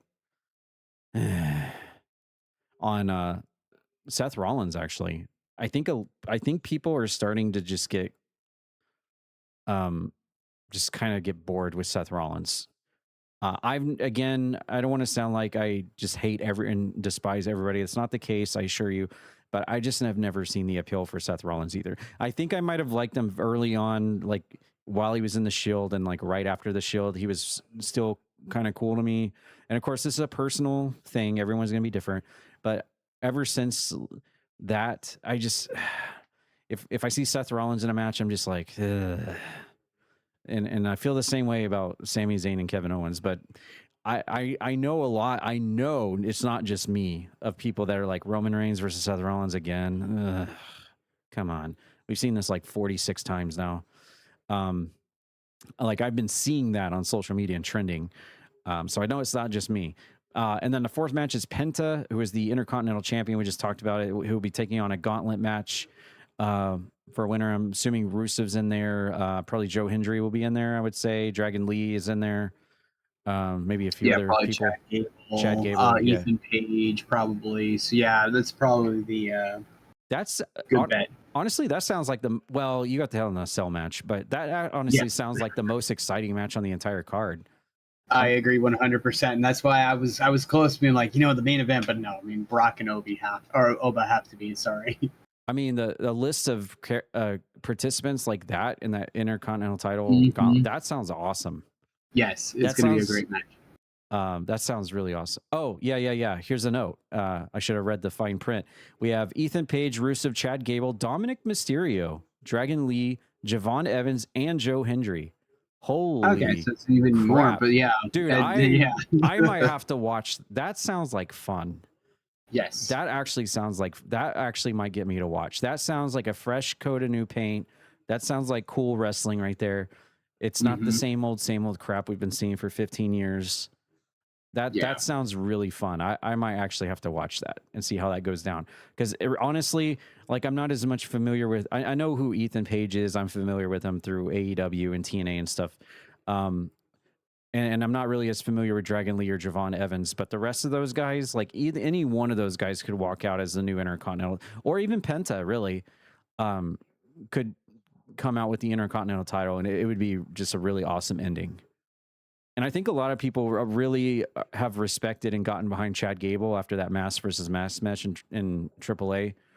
I'm not sure if that's how he's being portrayed on the card since he came back at all, like the returning big baby face that gave it his all in Mexico, and now he's back to redeem himself kind of thing, and the crowd's behind him. I don't know if that's how he's being booked or portrayed, or if he's just getting booed out of the building still. I'm not really sure, but I think he deserves a run as well, just for what he did. I watched, we covered it on the podcast a few weeks back, that mask versus mask. I watched that entire match from start to finish, and it was a really good match. I really liked what Chad Gable brought to the table there on that one. And then one last match is CM Punk versus Cody Rhodes for the undisputed WWE title, which, under normal circumstances would have been Sami Zayn versus Cody Rhodes. I feel like that would have been, just for the fact that it's like more of a unique pairing, that makes it a little bit more exciting. But again, Sami Zayn doesn't excite me. CM Punk doesn't excite me. Cody Rhodes is getting a little too white bread for me as well. So I'm just not really excited about any of this. The Hell in the Cell match, just two big monsters just beating the hell out of each other. That sounds fun as hell. And then the Intercontinental, it sounds like a really wild, fun little time there as well. But what are your thoughts so far on the card for SummerSlam? Is this enough to make you watch, or you kind of agree with my assessment? I mean, I'm excited for half the matches. Liv and Io should be really good. Oba and Brock, I mean, just to watch it and hope that it's going to be good, and it should. I think, especially with it being in Minneapolis, Brock's going to want to go. So the Penta and Gauntlet match, or Penta versus the participant in the Gauntlet match, should be just an amazing match. That should be a lot of fun. And then again, you kind of cover the two championships, the undisputed and the world heavyweight. I really don't have much. I mean, maybe what would have been neat is making maybe one of those a triple threat, just to kind of throw a little monkey wrench into one of them. I mean, the best one would have been the CM Punk versus Cody Rhodes. You could potentially put Sammy in there if you wanted to, or have a match between Sammy and Gunther, and see. Well, I don't know who you would put in with Roman versus Seth. I mean, there are many options, but I don't know. Like most of the matches, yeah, I'm intrigued to see what happens, but I'm not excited for the undisputed in the World Heavyweight Championships. I think that's kind of the same old. CM Punk versus Cody Rhodes is going to be something new, at least. So there's that. but Roman versus Seth, it's just like, guys, what are we doing?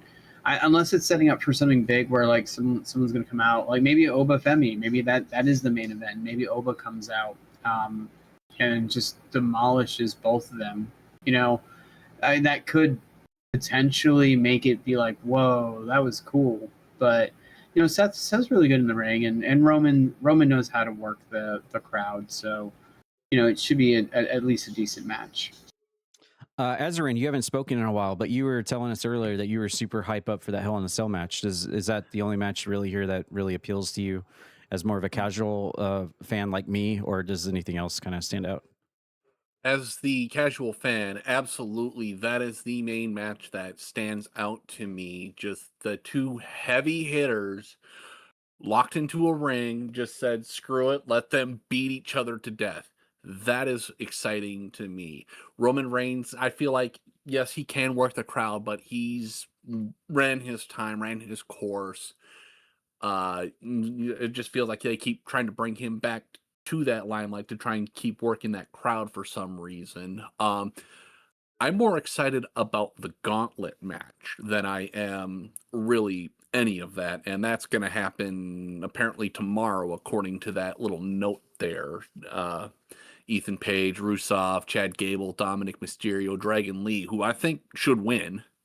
Dragon Lee, Javon Evans, and Joe Henry. That will be an interesting thing, and I think that tops just about everything that's in that match list right there, with the exception of Oba versus Brock.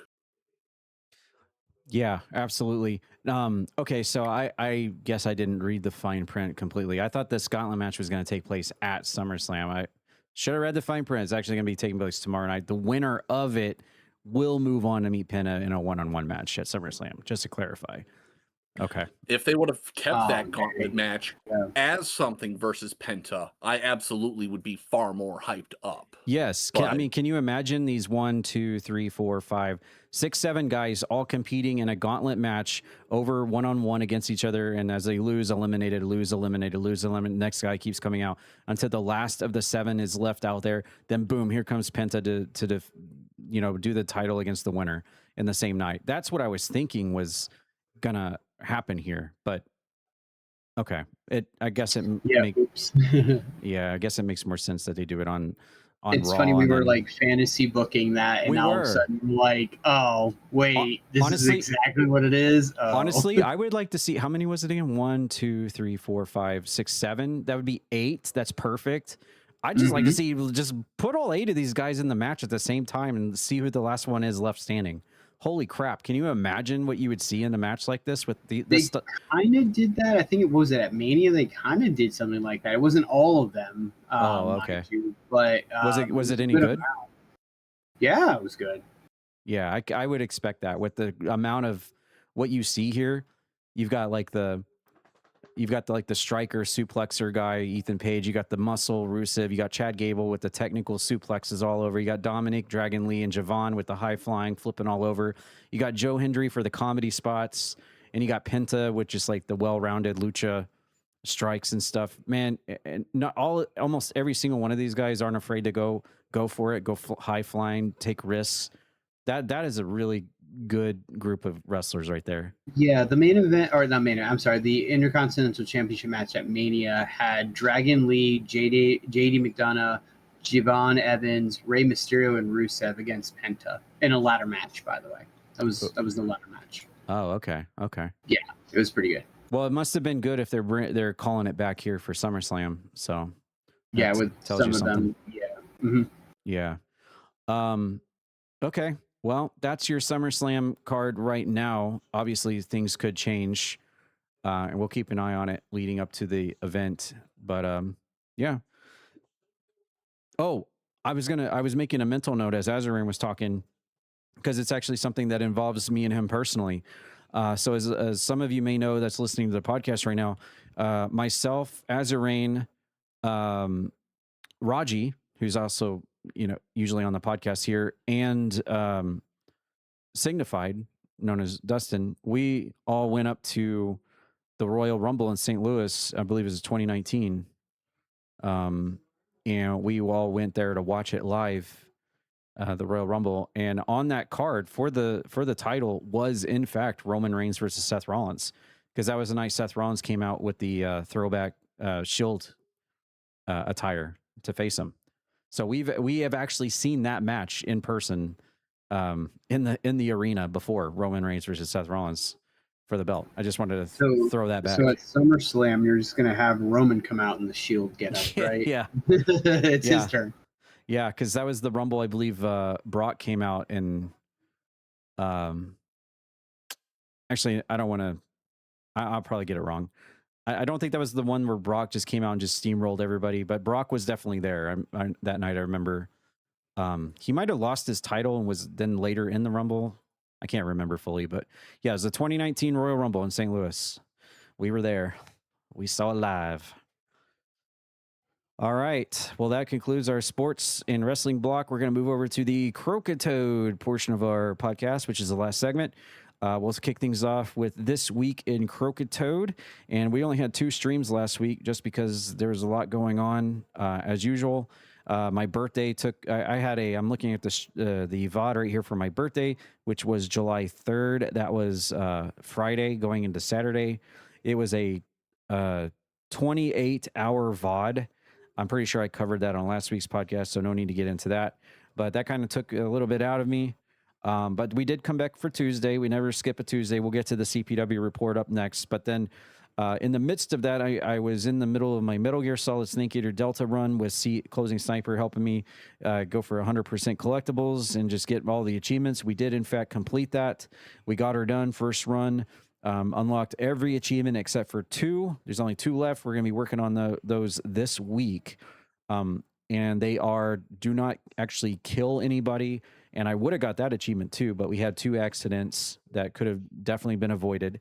And then the other achievement is defeating the game on Foxhound rank / difficulty, which there's a lot of different variables to go into that to maintain Foxhound rank to the game. A lot of it, I believe, has to do with like the amount of time it takes you to finish the game, how many alerts, how many people you killed, which has to be 0. How many times you save, I think, even, or I don't know what all goes on. It's very picky. It's very specific, and you have to do exactly the right, precise thing, or you lose that rank. So it's going to be very nerve-wracking to get through that, but we are going to try to do that this week. And if I can do that, then I will have 100% at Snake Eater Delta. So that's really exciting. But that's what I did through the week. Not a whole lot else to talk about because of the big birthday stream I did. But yeah, that's Snake Eater Delta kind of took priority over my streams this past week. But now we'll move over to the Tuesday night CPW wrestling report here. And this was the episode, the July 7th episode of Croakitoad Pro Wrestling, the aftermath of Beach Brawl as we move towards the Scars and Stripes event at the end of July. And to start off our event, we had Disco Bunny defeating Helldiver Zach, 4-star match rating. This was a match as regards to the Young Lions title division. Of course, Disco Bunny's former previous champion. She came out with Simon Crow, previously known as Crow. For this match, Helldiver Zach had a good, valiant effort here, but just couldn't get the job over Disco Bunny. 4-star match rating, as I said, and really just goes to show Disco Bunny really wants to have that title back, and she proves it here with a big win over Helldiver Zach to kick off the show. After that, we had a very interesting match between Chain and Ryan Matthews. This was only a 2-star match rating. Didn't last very long. Chain coming out with his manager, Paul Bearer, of course. He was last season, season 2, Money in the Bank briefcase holder. Of course, we know he held on to it all the way up into the expiration date, basically, and cashed it on Shadow Chrono to win the international title. It worked out for him. But we have a new Money in the Bank briefcase holder as of season 3. That's Ryan Matthews. He's been kind of a shadow in the background, just kind of biding his time, waiting when to strike on whatever title he wants to go for. But we had them paired up here, one-on-one action for the first time ever. Chain actually picks up the win over Ryan Matthews in this match here, much to the chagrin of one Paul Bearer. Our third match of the night saw Patrick Schrader make his actually in-ring debut for season 3 of CPW, and he took out Shadow Chrono, 5-star match rating. And Patrick Schrader, we only saw him one time prior to this for season 3 so far. That was being a manager to his buddy Burnsy, former Young Lions champion.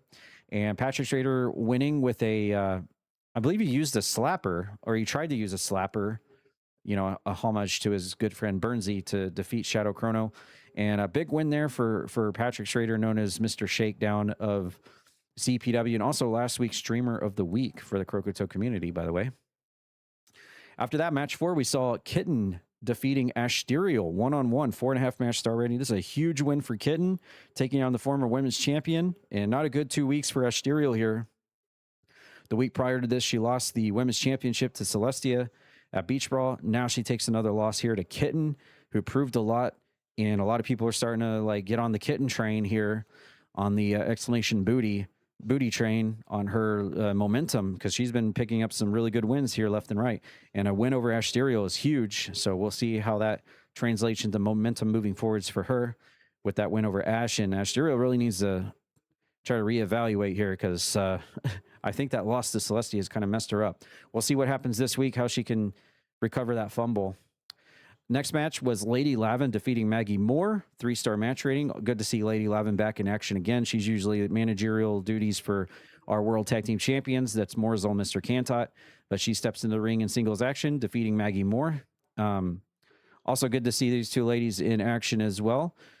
We know Maggie Moore also has had a pretty good winning streak. I mean, she's taken a few losses, but more often than not, she actually picks up wins in singles action. So Lady Lavin, really big win here, over an impressive win over Maggie Moore, who's had a really good streak here lately. Next match was AJ Jacobs defeating Buttons. This was a 3-star match rating. Of course, Buttons really hasn't been the same since losing that television title. She's just kind of trying to find her footing back in the CPW roster, try to figure out where her position, her spot is going to be. Whose car keys she's going to steal next. But she does take a loss here to AJ Jacobs, who also actually desperately needed a win here, because AJ Jacobs, when put to the test in singles scenarios, he has not really fared too well. So while it wasn't an absolute big, huge win here over Buttons, considering she's been kind of in no man's land lately, AJ Jacobs definitely deserved a singles win here, because it's been a while since he's been on the receiving end of a win in singles action. Next match was a 3.5 match star rating. We saw Feats taking on the television champion Sumo. We know Feats is a former TV champion, and now that his rivalry with Hype has concluded for a while now, stuffing Hype in the back of an ambulance, we haven't seen him since. Looks like Feats is, and also Feats picked up a win over Nathan Moore the week before this as well. So since coming back after a brief hiatus, he has got 2 wins back to back, one over Nathan Moore, one over Sumo. And I think Feats is in the driver's seat here to try to get that TV title back from Sumo. We'll see how that translates moving forward. But Feats is looking real good right here, beating Sumo at his own game in this 15-minute time limit match in the TV title division. The next match saw Grem defeating Spinny, 3.5 match star rating. Spinning coming off of that tag team main event match, teaming with the world champion Psycho T to take down Cassidy Ryan and Pat McAfee, the McCastles, in the main event. And of course, Grem coming off of a big win as well, defeating Raji, forcing him to talk about, what was it? Sushi rolls or something on Bring Your Own News Table on last week's episode. Yeah, it was like National Roll Up Day or something. Yeah. National Sushi Roll Day or something. Yeah. For losing that stipulation at Beach Brawl. But then Grem comes back again, defeating the former world champion Spinny, 3.5 match starting. A lot of people are like, oh man, okay, we'll start to take Grem seriously here. It seems like his rivalry with Raji might be over now. And Psycho T's actually kind of looking around, looking for a challenger. Maybe it's Grem stepping back up to the plate again. We haven't seen him back in that main event positioning ever since he lost to Raji a year almost to the day at the first Beach Brawl. So, hey, what better time than a year later to be at the top of the world title rankings once again. But we'll see how that goes. A win over Spinny is definitely in the right direction, that's for sure. The next match was a 6-man tag. We saw Connie, Linky, and Wizard Boss teaming up to take on Roxas, Mr. Coke, and Candy Sucks. And this was a 4.5 match star rating. Connie, Linky, and Wizard Boss picking up the win. It was a great back and forth match. Everyone got their shots in. A lot of people were clamoring to see Connie and Candy Sucks go at it. We did eventually get that much to the pop to the crowd. They wanted to see the two ladies go after each other. It was really strange to see Linky and Wizard Boz on the same team. We know they're on again, off again relationship. But speaking of that, of the same ilk, you got Roxas and Mr. Coke in there. Mr. Coke still deciding to wear that baby rage mask, despite him being able to take it off over a month now. He still wears it just to remind people that he's just the ultimate shit poster of CPW. We know that Roxas and Mr. Coke's relationship is on rocky terms, but it really just kind of depends on what day you ask them. Like I said, like I've always said, if it's on Facebook, it would be definitely considered it's complicated between the two. And then you throw Candy Sucks in there, who just always loves to just troll around and shake her booty and twerk and put weapons in the match. And apparently super excited for GTA 6, and hopefully she gets a cameo in that. But yeah, very interesting 3-on-3 match there, dynamic there, pitting two really interesting feud man-woman dynamic relationships against one another in the land of CPW. The next match was a 5-star match rating. It was a 4-way match with huge implications for the Young Lions Championship title division. It was Queen Savi defeating Puppy, Spike Ryan, and North Greenfield. This was a 4-way first falls match. This was actually a really good match. Really enjoyed seeing all these guys in there. Of course, we know Deputy Dog is the current reigning Young Lions champion. He defeated Queen Savi. And Queen Savi said, you know what? I ain't taking that. She puts down Puppy, Spike Ryan, and North Greenfield to win.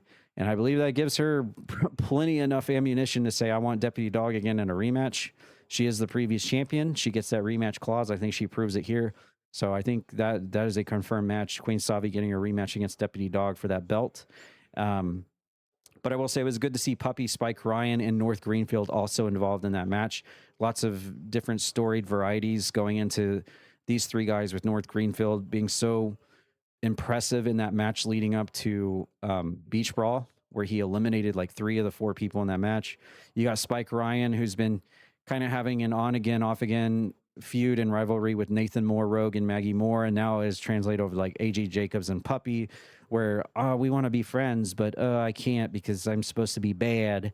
And then we got Puppy in there, who's also a former Young Lions champion, would love to get his belt back.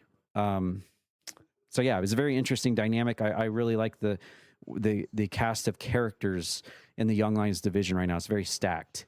The next match was the 3.5 match star rating. We saw Azarain, Miles Wildmore, and Alessandra defending the Kappa title over one of our local talents called Slade in a 3-on-1 match for the Kappa championship. Slade actually was proving himself quite a bit throughout the match. He lasted a lot longer than I thought he was, considering it was a 3-on-1. But nah, the numbers game just conquered him and put him away. Some people were actually cheering for Slade to win. Did not happen. And Azarain, Miles Wildmore, and Alessandra keep the Kappa championship. And it just makes me wonder, like, if Mike Metal decides to go back for that Kappa title, or, you know, is he going to, or has he had enough? Is he going to move on? That's the first question. Number 2, if he does come back for it, how is that going to work? Is he going to have to take out all 3 of them to win the match and win the Kappa title back? Because that is a very interesting dynamic there, where it's almost like Freebird rules, but to the extreme, where all 3 of them are claiming that they're all 3 the Kappa champion. It's almost like Kane and Daniel Bryan, but add in another person into the mix. So how's that going to work? I don't know. Right now, they're all claiming that they are the Kappa champion, all 3. I wouldn't be surprised if this Tuesday they all come out with Kappa titles, all 3 of them. Anyways, next match was a 3.5 match star rating. We saw Zozakin defeating Grim Weaver, who came out at Beach Brawl and defeated Rock Hard Meat to become the international champion. Big win for him. That was only like his 3rd or 4th match in CPW. He takes down the big Rock Hard Meat to become champion, and then takes a fall to Zozakin, who, if I recall correctly, slapped him into the Mana Drain submission hold and made him tap out. So that was huge. That was like David and Goliath right there. Grim Weaver looked like, you know, the world was his after toppling Rock Hard Meat and becoming international champion. Huge honor there. The 2nd highest tiered title belt in CPW. And he wins it that quickly since coming in. But then takes a loss to Zozakin, which honestly shouldn't be too surprising, because this is the same Zozakin that debuted on the Twitch front page show, won the Kappa title, defended it 3 or 4 times in the same night, and then won a 30-person Royal Rumble on the same night. So Zazuken sometimes has that streak of luck that is like just absolutely insane. The RNG guys just decide to get behind him, and that's what happened here. But is it enough to give him a shot for the international title from Grim Weaver, or does Eric Bischoff think this is just a silly one-off, he got lucky moment? The next match was Mr. Kantot defeating Shamu and Anubis Khan. This was a three-way match, 5-star match rating. This obviously featured 3 of the top tag teams in CPW right now. One half of the tag team champions, Mr. Kantot, reigning supreme and picking up a very slippery baby oil soaked win like they always do. Every time you see Morzel and Mr. Kantot in a match, you're thinking, well, on paper, they're definitely not going to win. But then you watch the match and they somehow end up winning. They're just so slippery. They always get the win when you least expect it. They always come out on top, no pun intended. And that's why they're a 2-time tag team champions in CPW. Mr. Kantot proves it here by taking down Shamu and Anubis Khan in the 3-way match. And of course, the Titans are just absolutely sick and fed up of the Pooner Rangers at this point. They're tired of hearing their song, tired of seeing them. And basically, the Pooner Rangers just came to CPW just to troll them. And so I am looking forward to seeing the day we get the finale between the Titans and the Pooner Rangers. And will it involve the tag team belts? Because I don't know. As it stands right now, Mr. Kantot is like, well, you guys fight each other. We'll just hang out over here and keep these tag team titles coated in baby oil in the meantime. Our semi-main event of the night saw the aforementioned Young Lions champion Deputy Dog defeating Atomic Bomb in his debut. 3-star match rating. Atomic Bomb had just raided the channel right before this, so he finally shows up on the CPW roster for the first time. But despite that, Deputy Dog showing why he was able to topple Queen Savi for that belt and puts away Atomic Bomb in his debut. And the funny thing of note in this match, and this is actually a YouTube short right now on the Croakitoad YouTube, after the match, you can see Deputy Dog celebrating, and in the background, Atomic Bomb is like all hung up in the ring ropes, all glitched out. So that was a kind of a funny moment there. And then our last match of the night was a very interesting one because main event featured the World Heavyweight Champion Psycho T taking on the Women's Champion Celestia. 4-star match rating. Psycho T comes away with the win. I believe he got the win with the claw to the head, trying to squeeze the brain of Celestia until she just said she had enough. Very cool match. Good to see the dynamic of like the top men's champion taking on the top women's champion. It's not the first time we've seen that before in CPW, but it's always a treat to see it, especially when you have different cast of characters in those spots. And Celestia, obviously she was the one that took down the beast incarnate, Ash Lesnar, to take her reign down, the almost 1-year reign of the women's champion. So if anyone would be able to take down Psycho T, it would be Celestia, but it just wasn't her night. And Psycho T once again proves why he is back in the saddle as the top champion in all of CPW with a win over the top women's champion. And now Psycho T looks around in search of his next challenger, and there are some characters that I'm thinking might rise up to challenge him after they fell, but we'll see who that ends up being. That is your full CPW report for July 7th. Grem. Oh, wait, hold on. I forgot to do my match of the night. Honestly, I might have to go with the Queen Savi Puppy Spike Ryan North Greenfield. I think that might be match of the night. Looking over this, it was just a really fun match to see all these different characters in there. You have the Puppy and Spike Ryan dynamic. You got the Spike Ryan dynamic in itself. Queen Savi gets the win to prove that, she might have lost her belt a few weeks back, but she comes right back and wins to prove that she deserves a rematch shot. North Greenfield getting his time to shine as a singles instead of, constantly just tagging with Kadaj Valentine. And I think as a side note, asterisk match,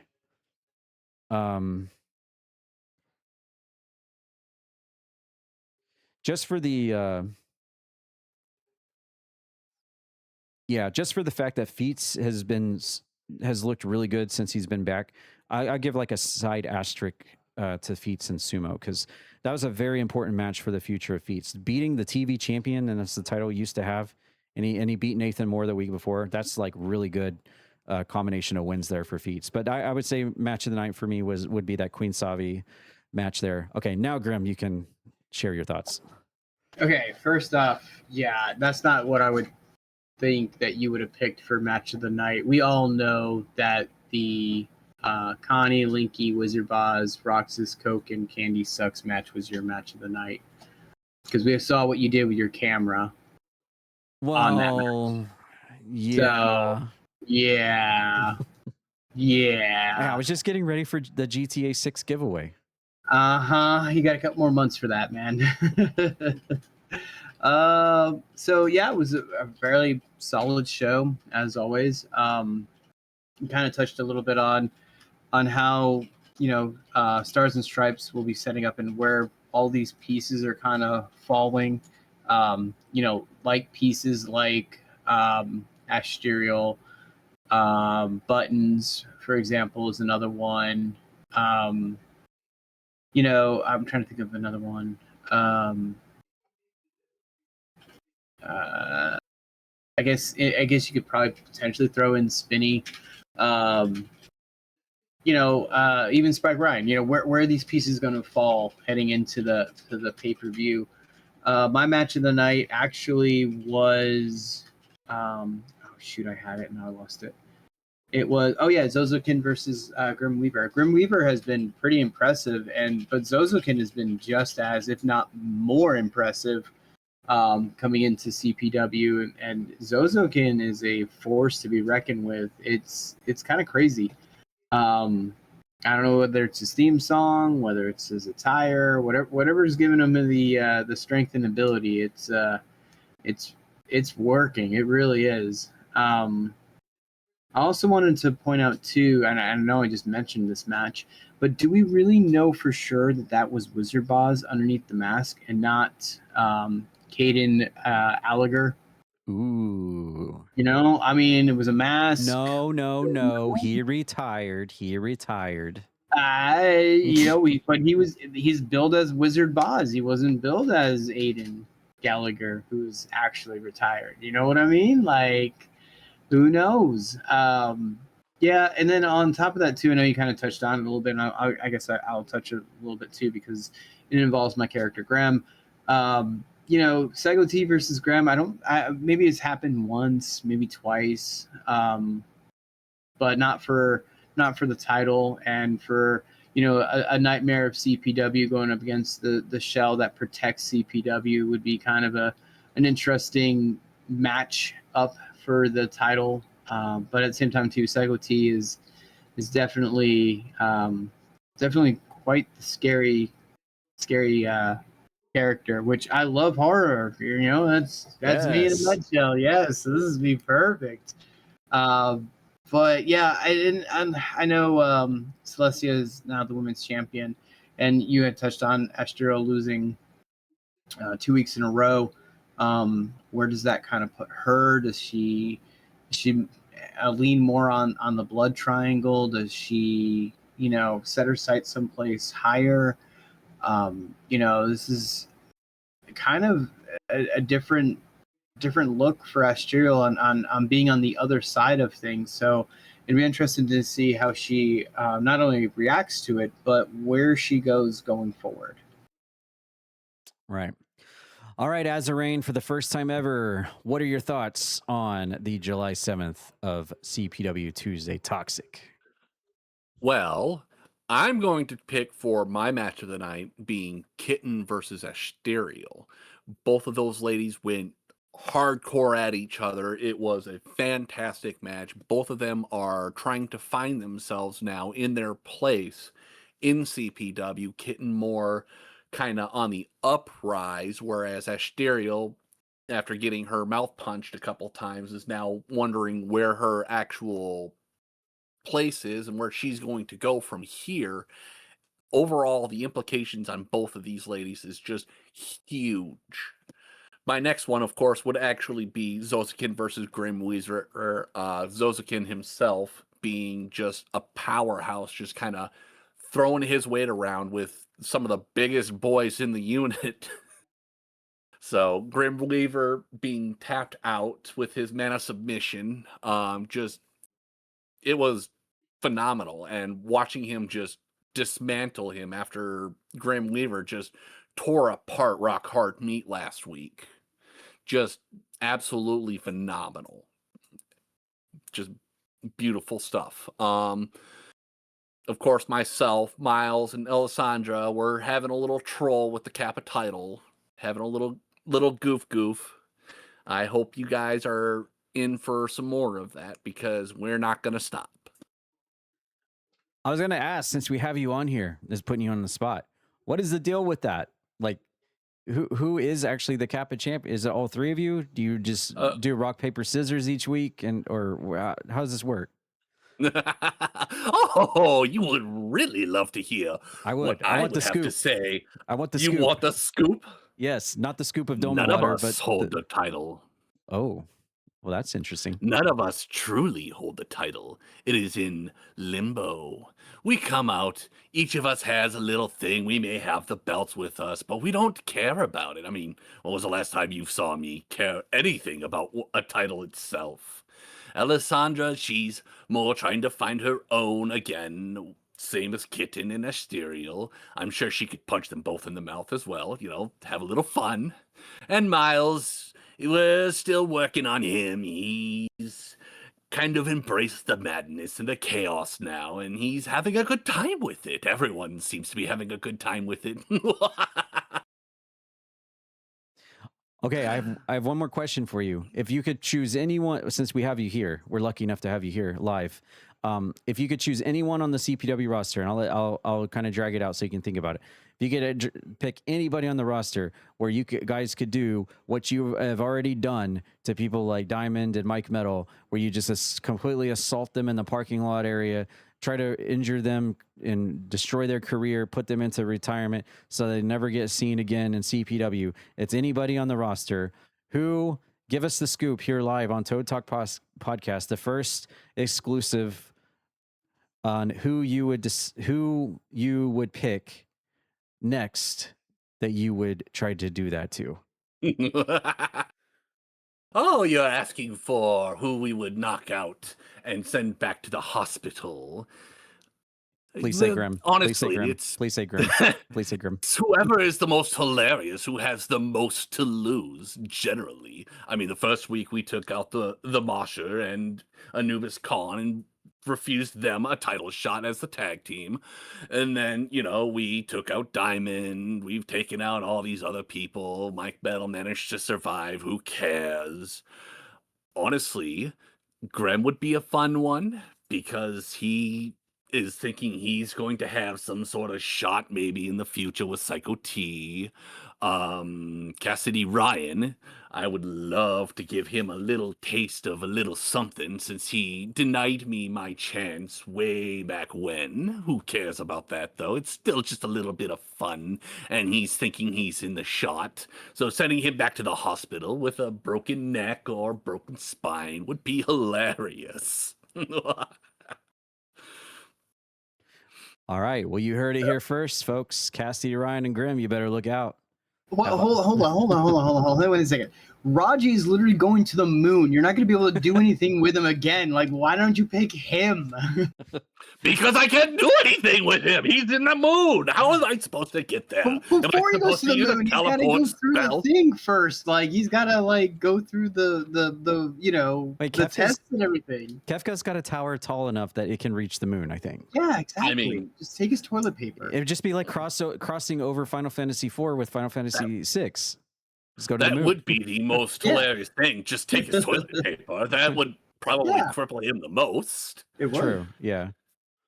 But with him not having really anything lined up and nothing to really lose because he's going to the moon, the only thing I could do is steal his toilet paper, maybe take a fart in his oxygen. That would be the biggest things he could lose. So, oh my God! Meanwhile, that reminds me of that movie. If you guys saw it, Rocket Man.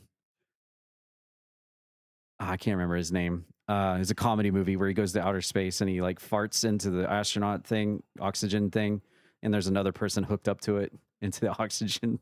Oh my God! They have to breathe in his fart. He's a really funny. Hold on, let me just look it up real quick.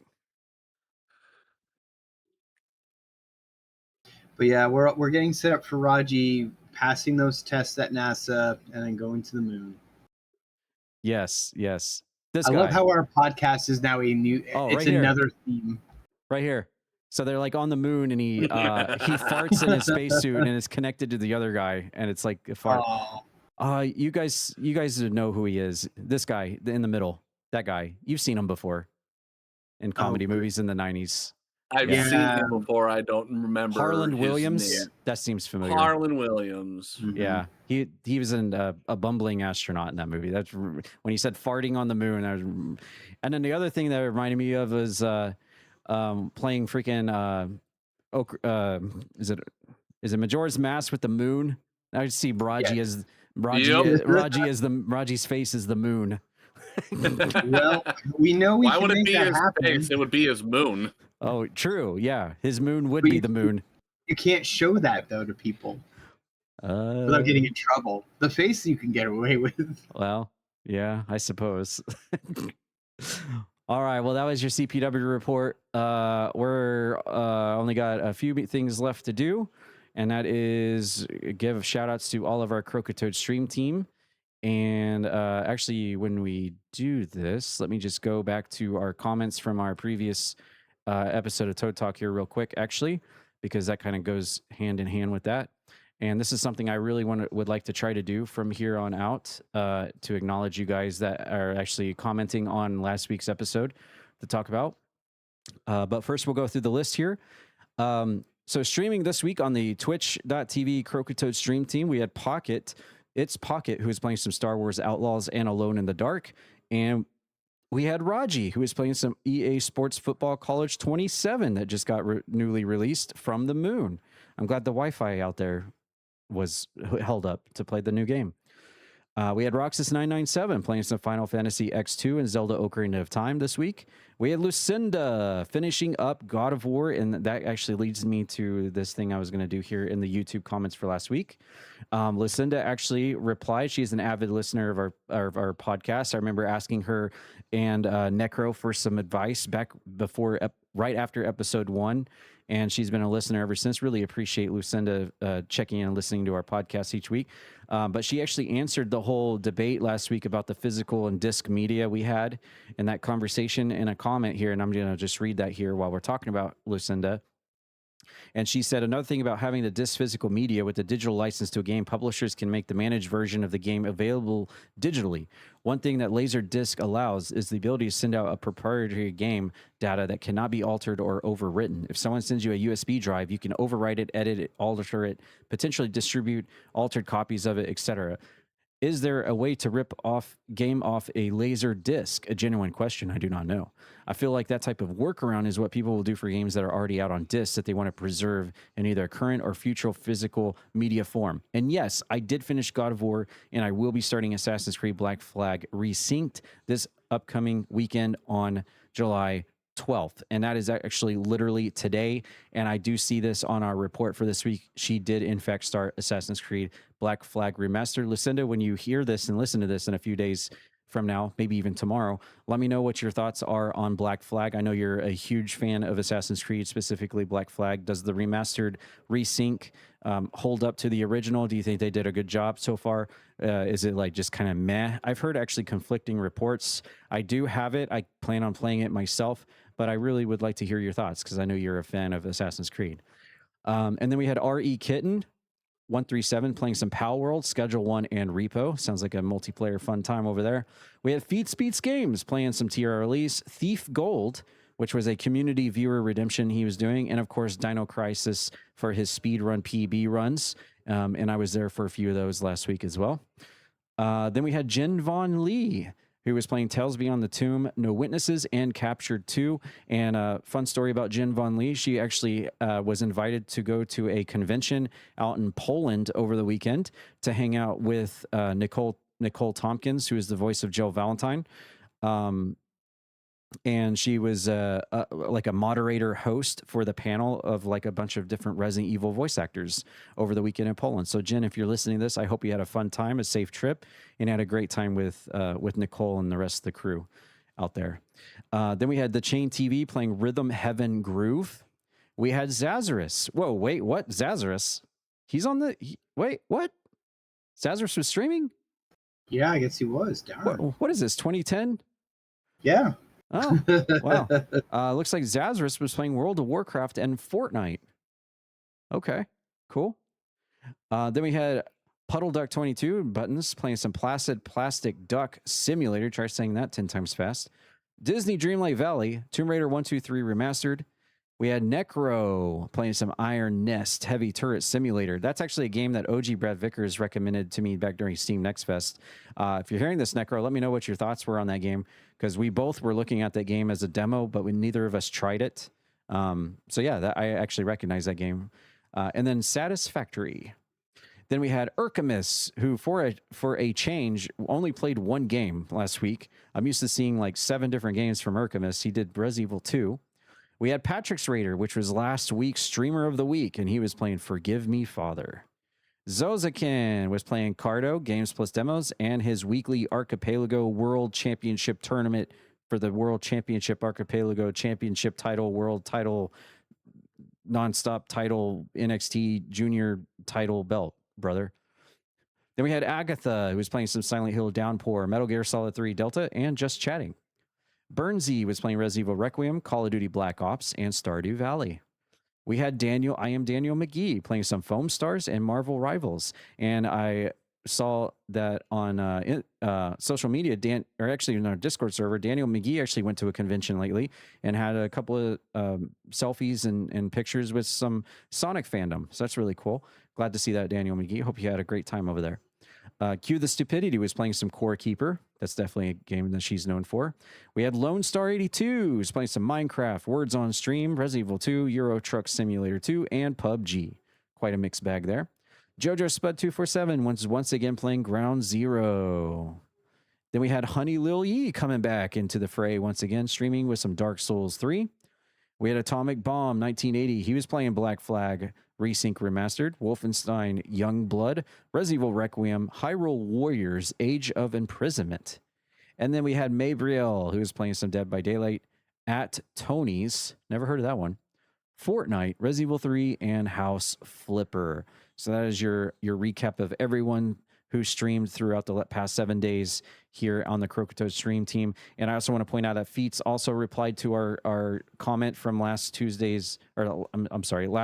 week's Toad Talk podcast. Real quick, I'll go into this. Feats said, "It is a shame, but like all you say, inevitable about physical media and gaming. On the subject of the football," which he means FIFA, "some of the big names other than Neymar, Ronaldo, and Messi at the World Cup are Erling Haaland for Norway," and we know that they are now eliminated. He kind of became the meme of the FIFA there for a while. Harry Kane and Jude Bellingham for England. Kylian Mbappe, I know I butchered that, for France. Also, Egypt's star man is Mo Salah, who played in the English Premier League for Liverpool up until recently. Other players to watch out for are Luis Diaz for Colombia and Romelu Lukaku for Belgium. I know I butchered all those names. I apologize. But yeah, that's great.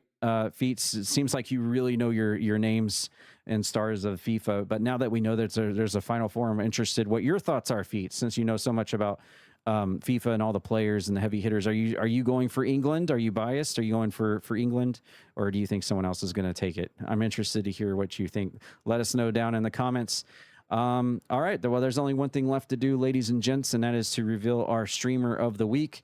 And just because I have not seen this name on this list. I mean, we've seen the name on the list, I think one other time, but this many times, yeah, I think this is warranted. This week's streamer of the week for the week of July 12th, 2026 would have to go, for the first time ever given this honor, would have to go to Zazarus. Wait, why is there a joke soundbite? It's supposed to be hand claps. There we go. There we go. Yes. Zazarus winning for the first time, streamer of the week, playing World of Warcraft and Fortnite. And we actually have a clip of Zazarus as well. And it's probably the most interesting and most entertaining clip I've ever seen since we've been showing clips. And you guys are going to love this. All right, so let's take a glimpse into this week of our streamer of the week here at the Croakitoad community to see what he was up to. Let's tune in and check it out.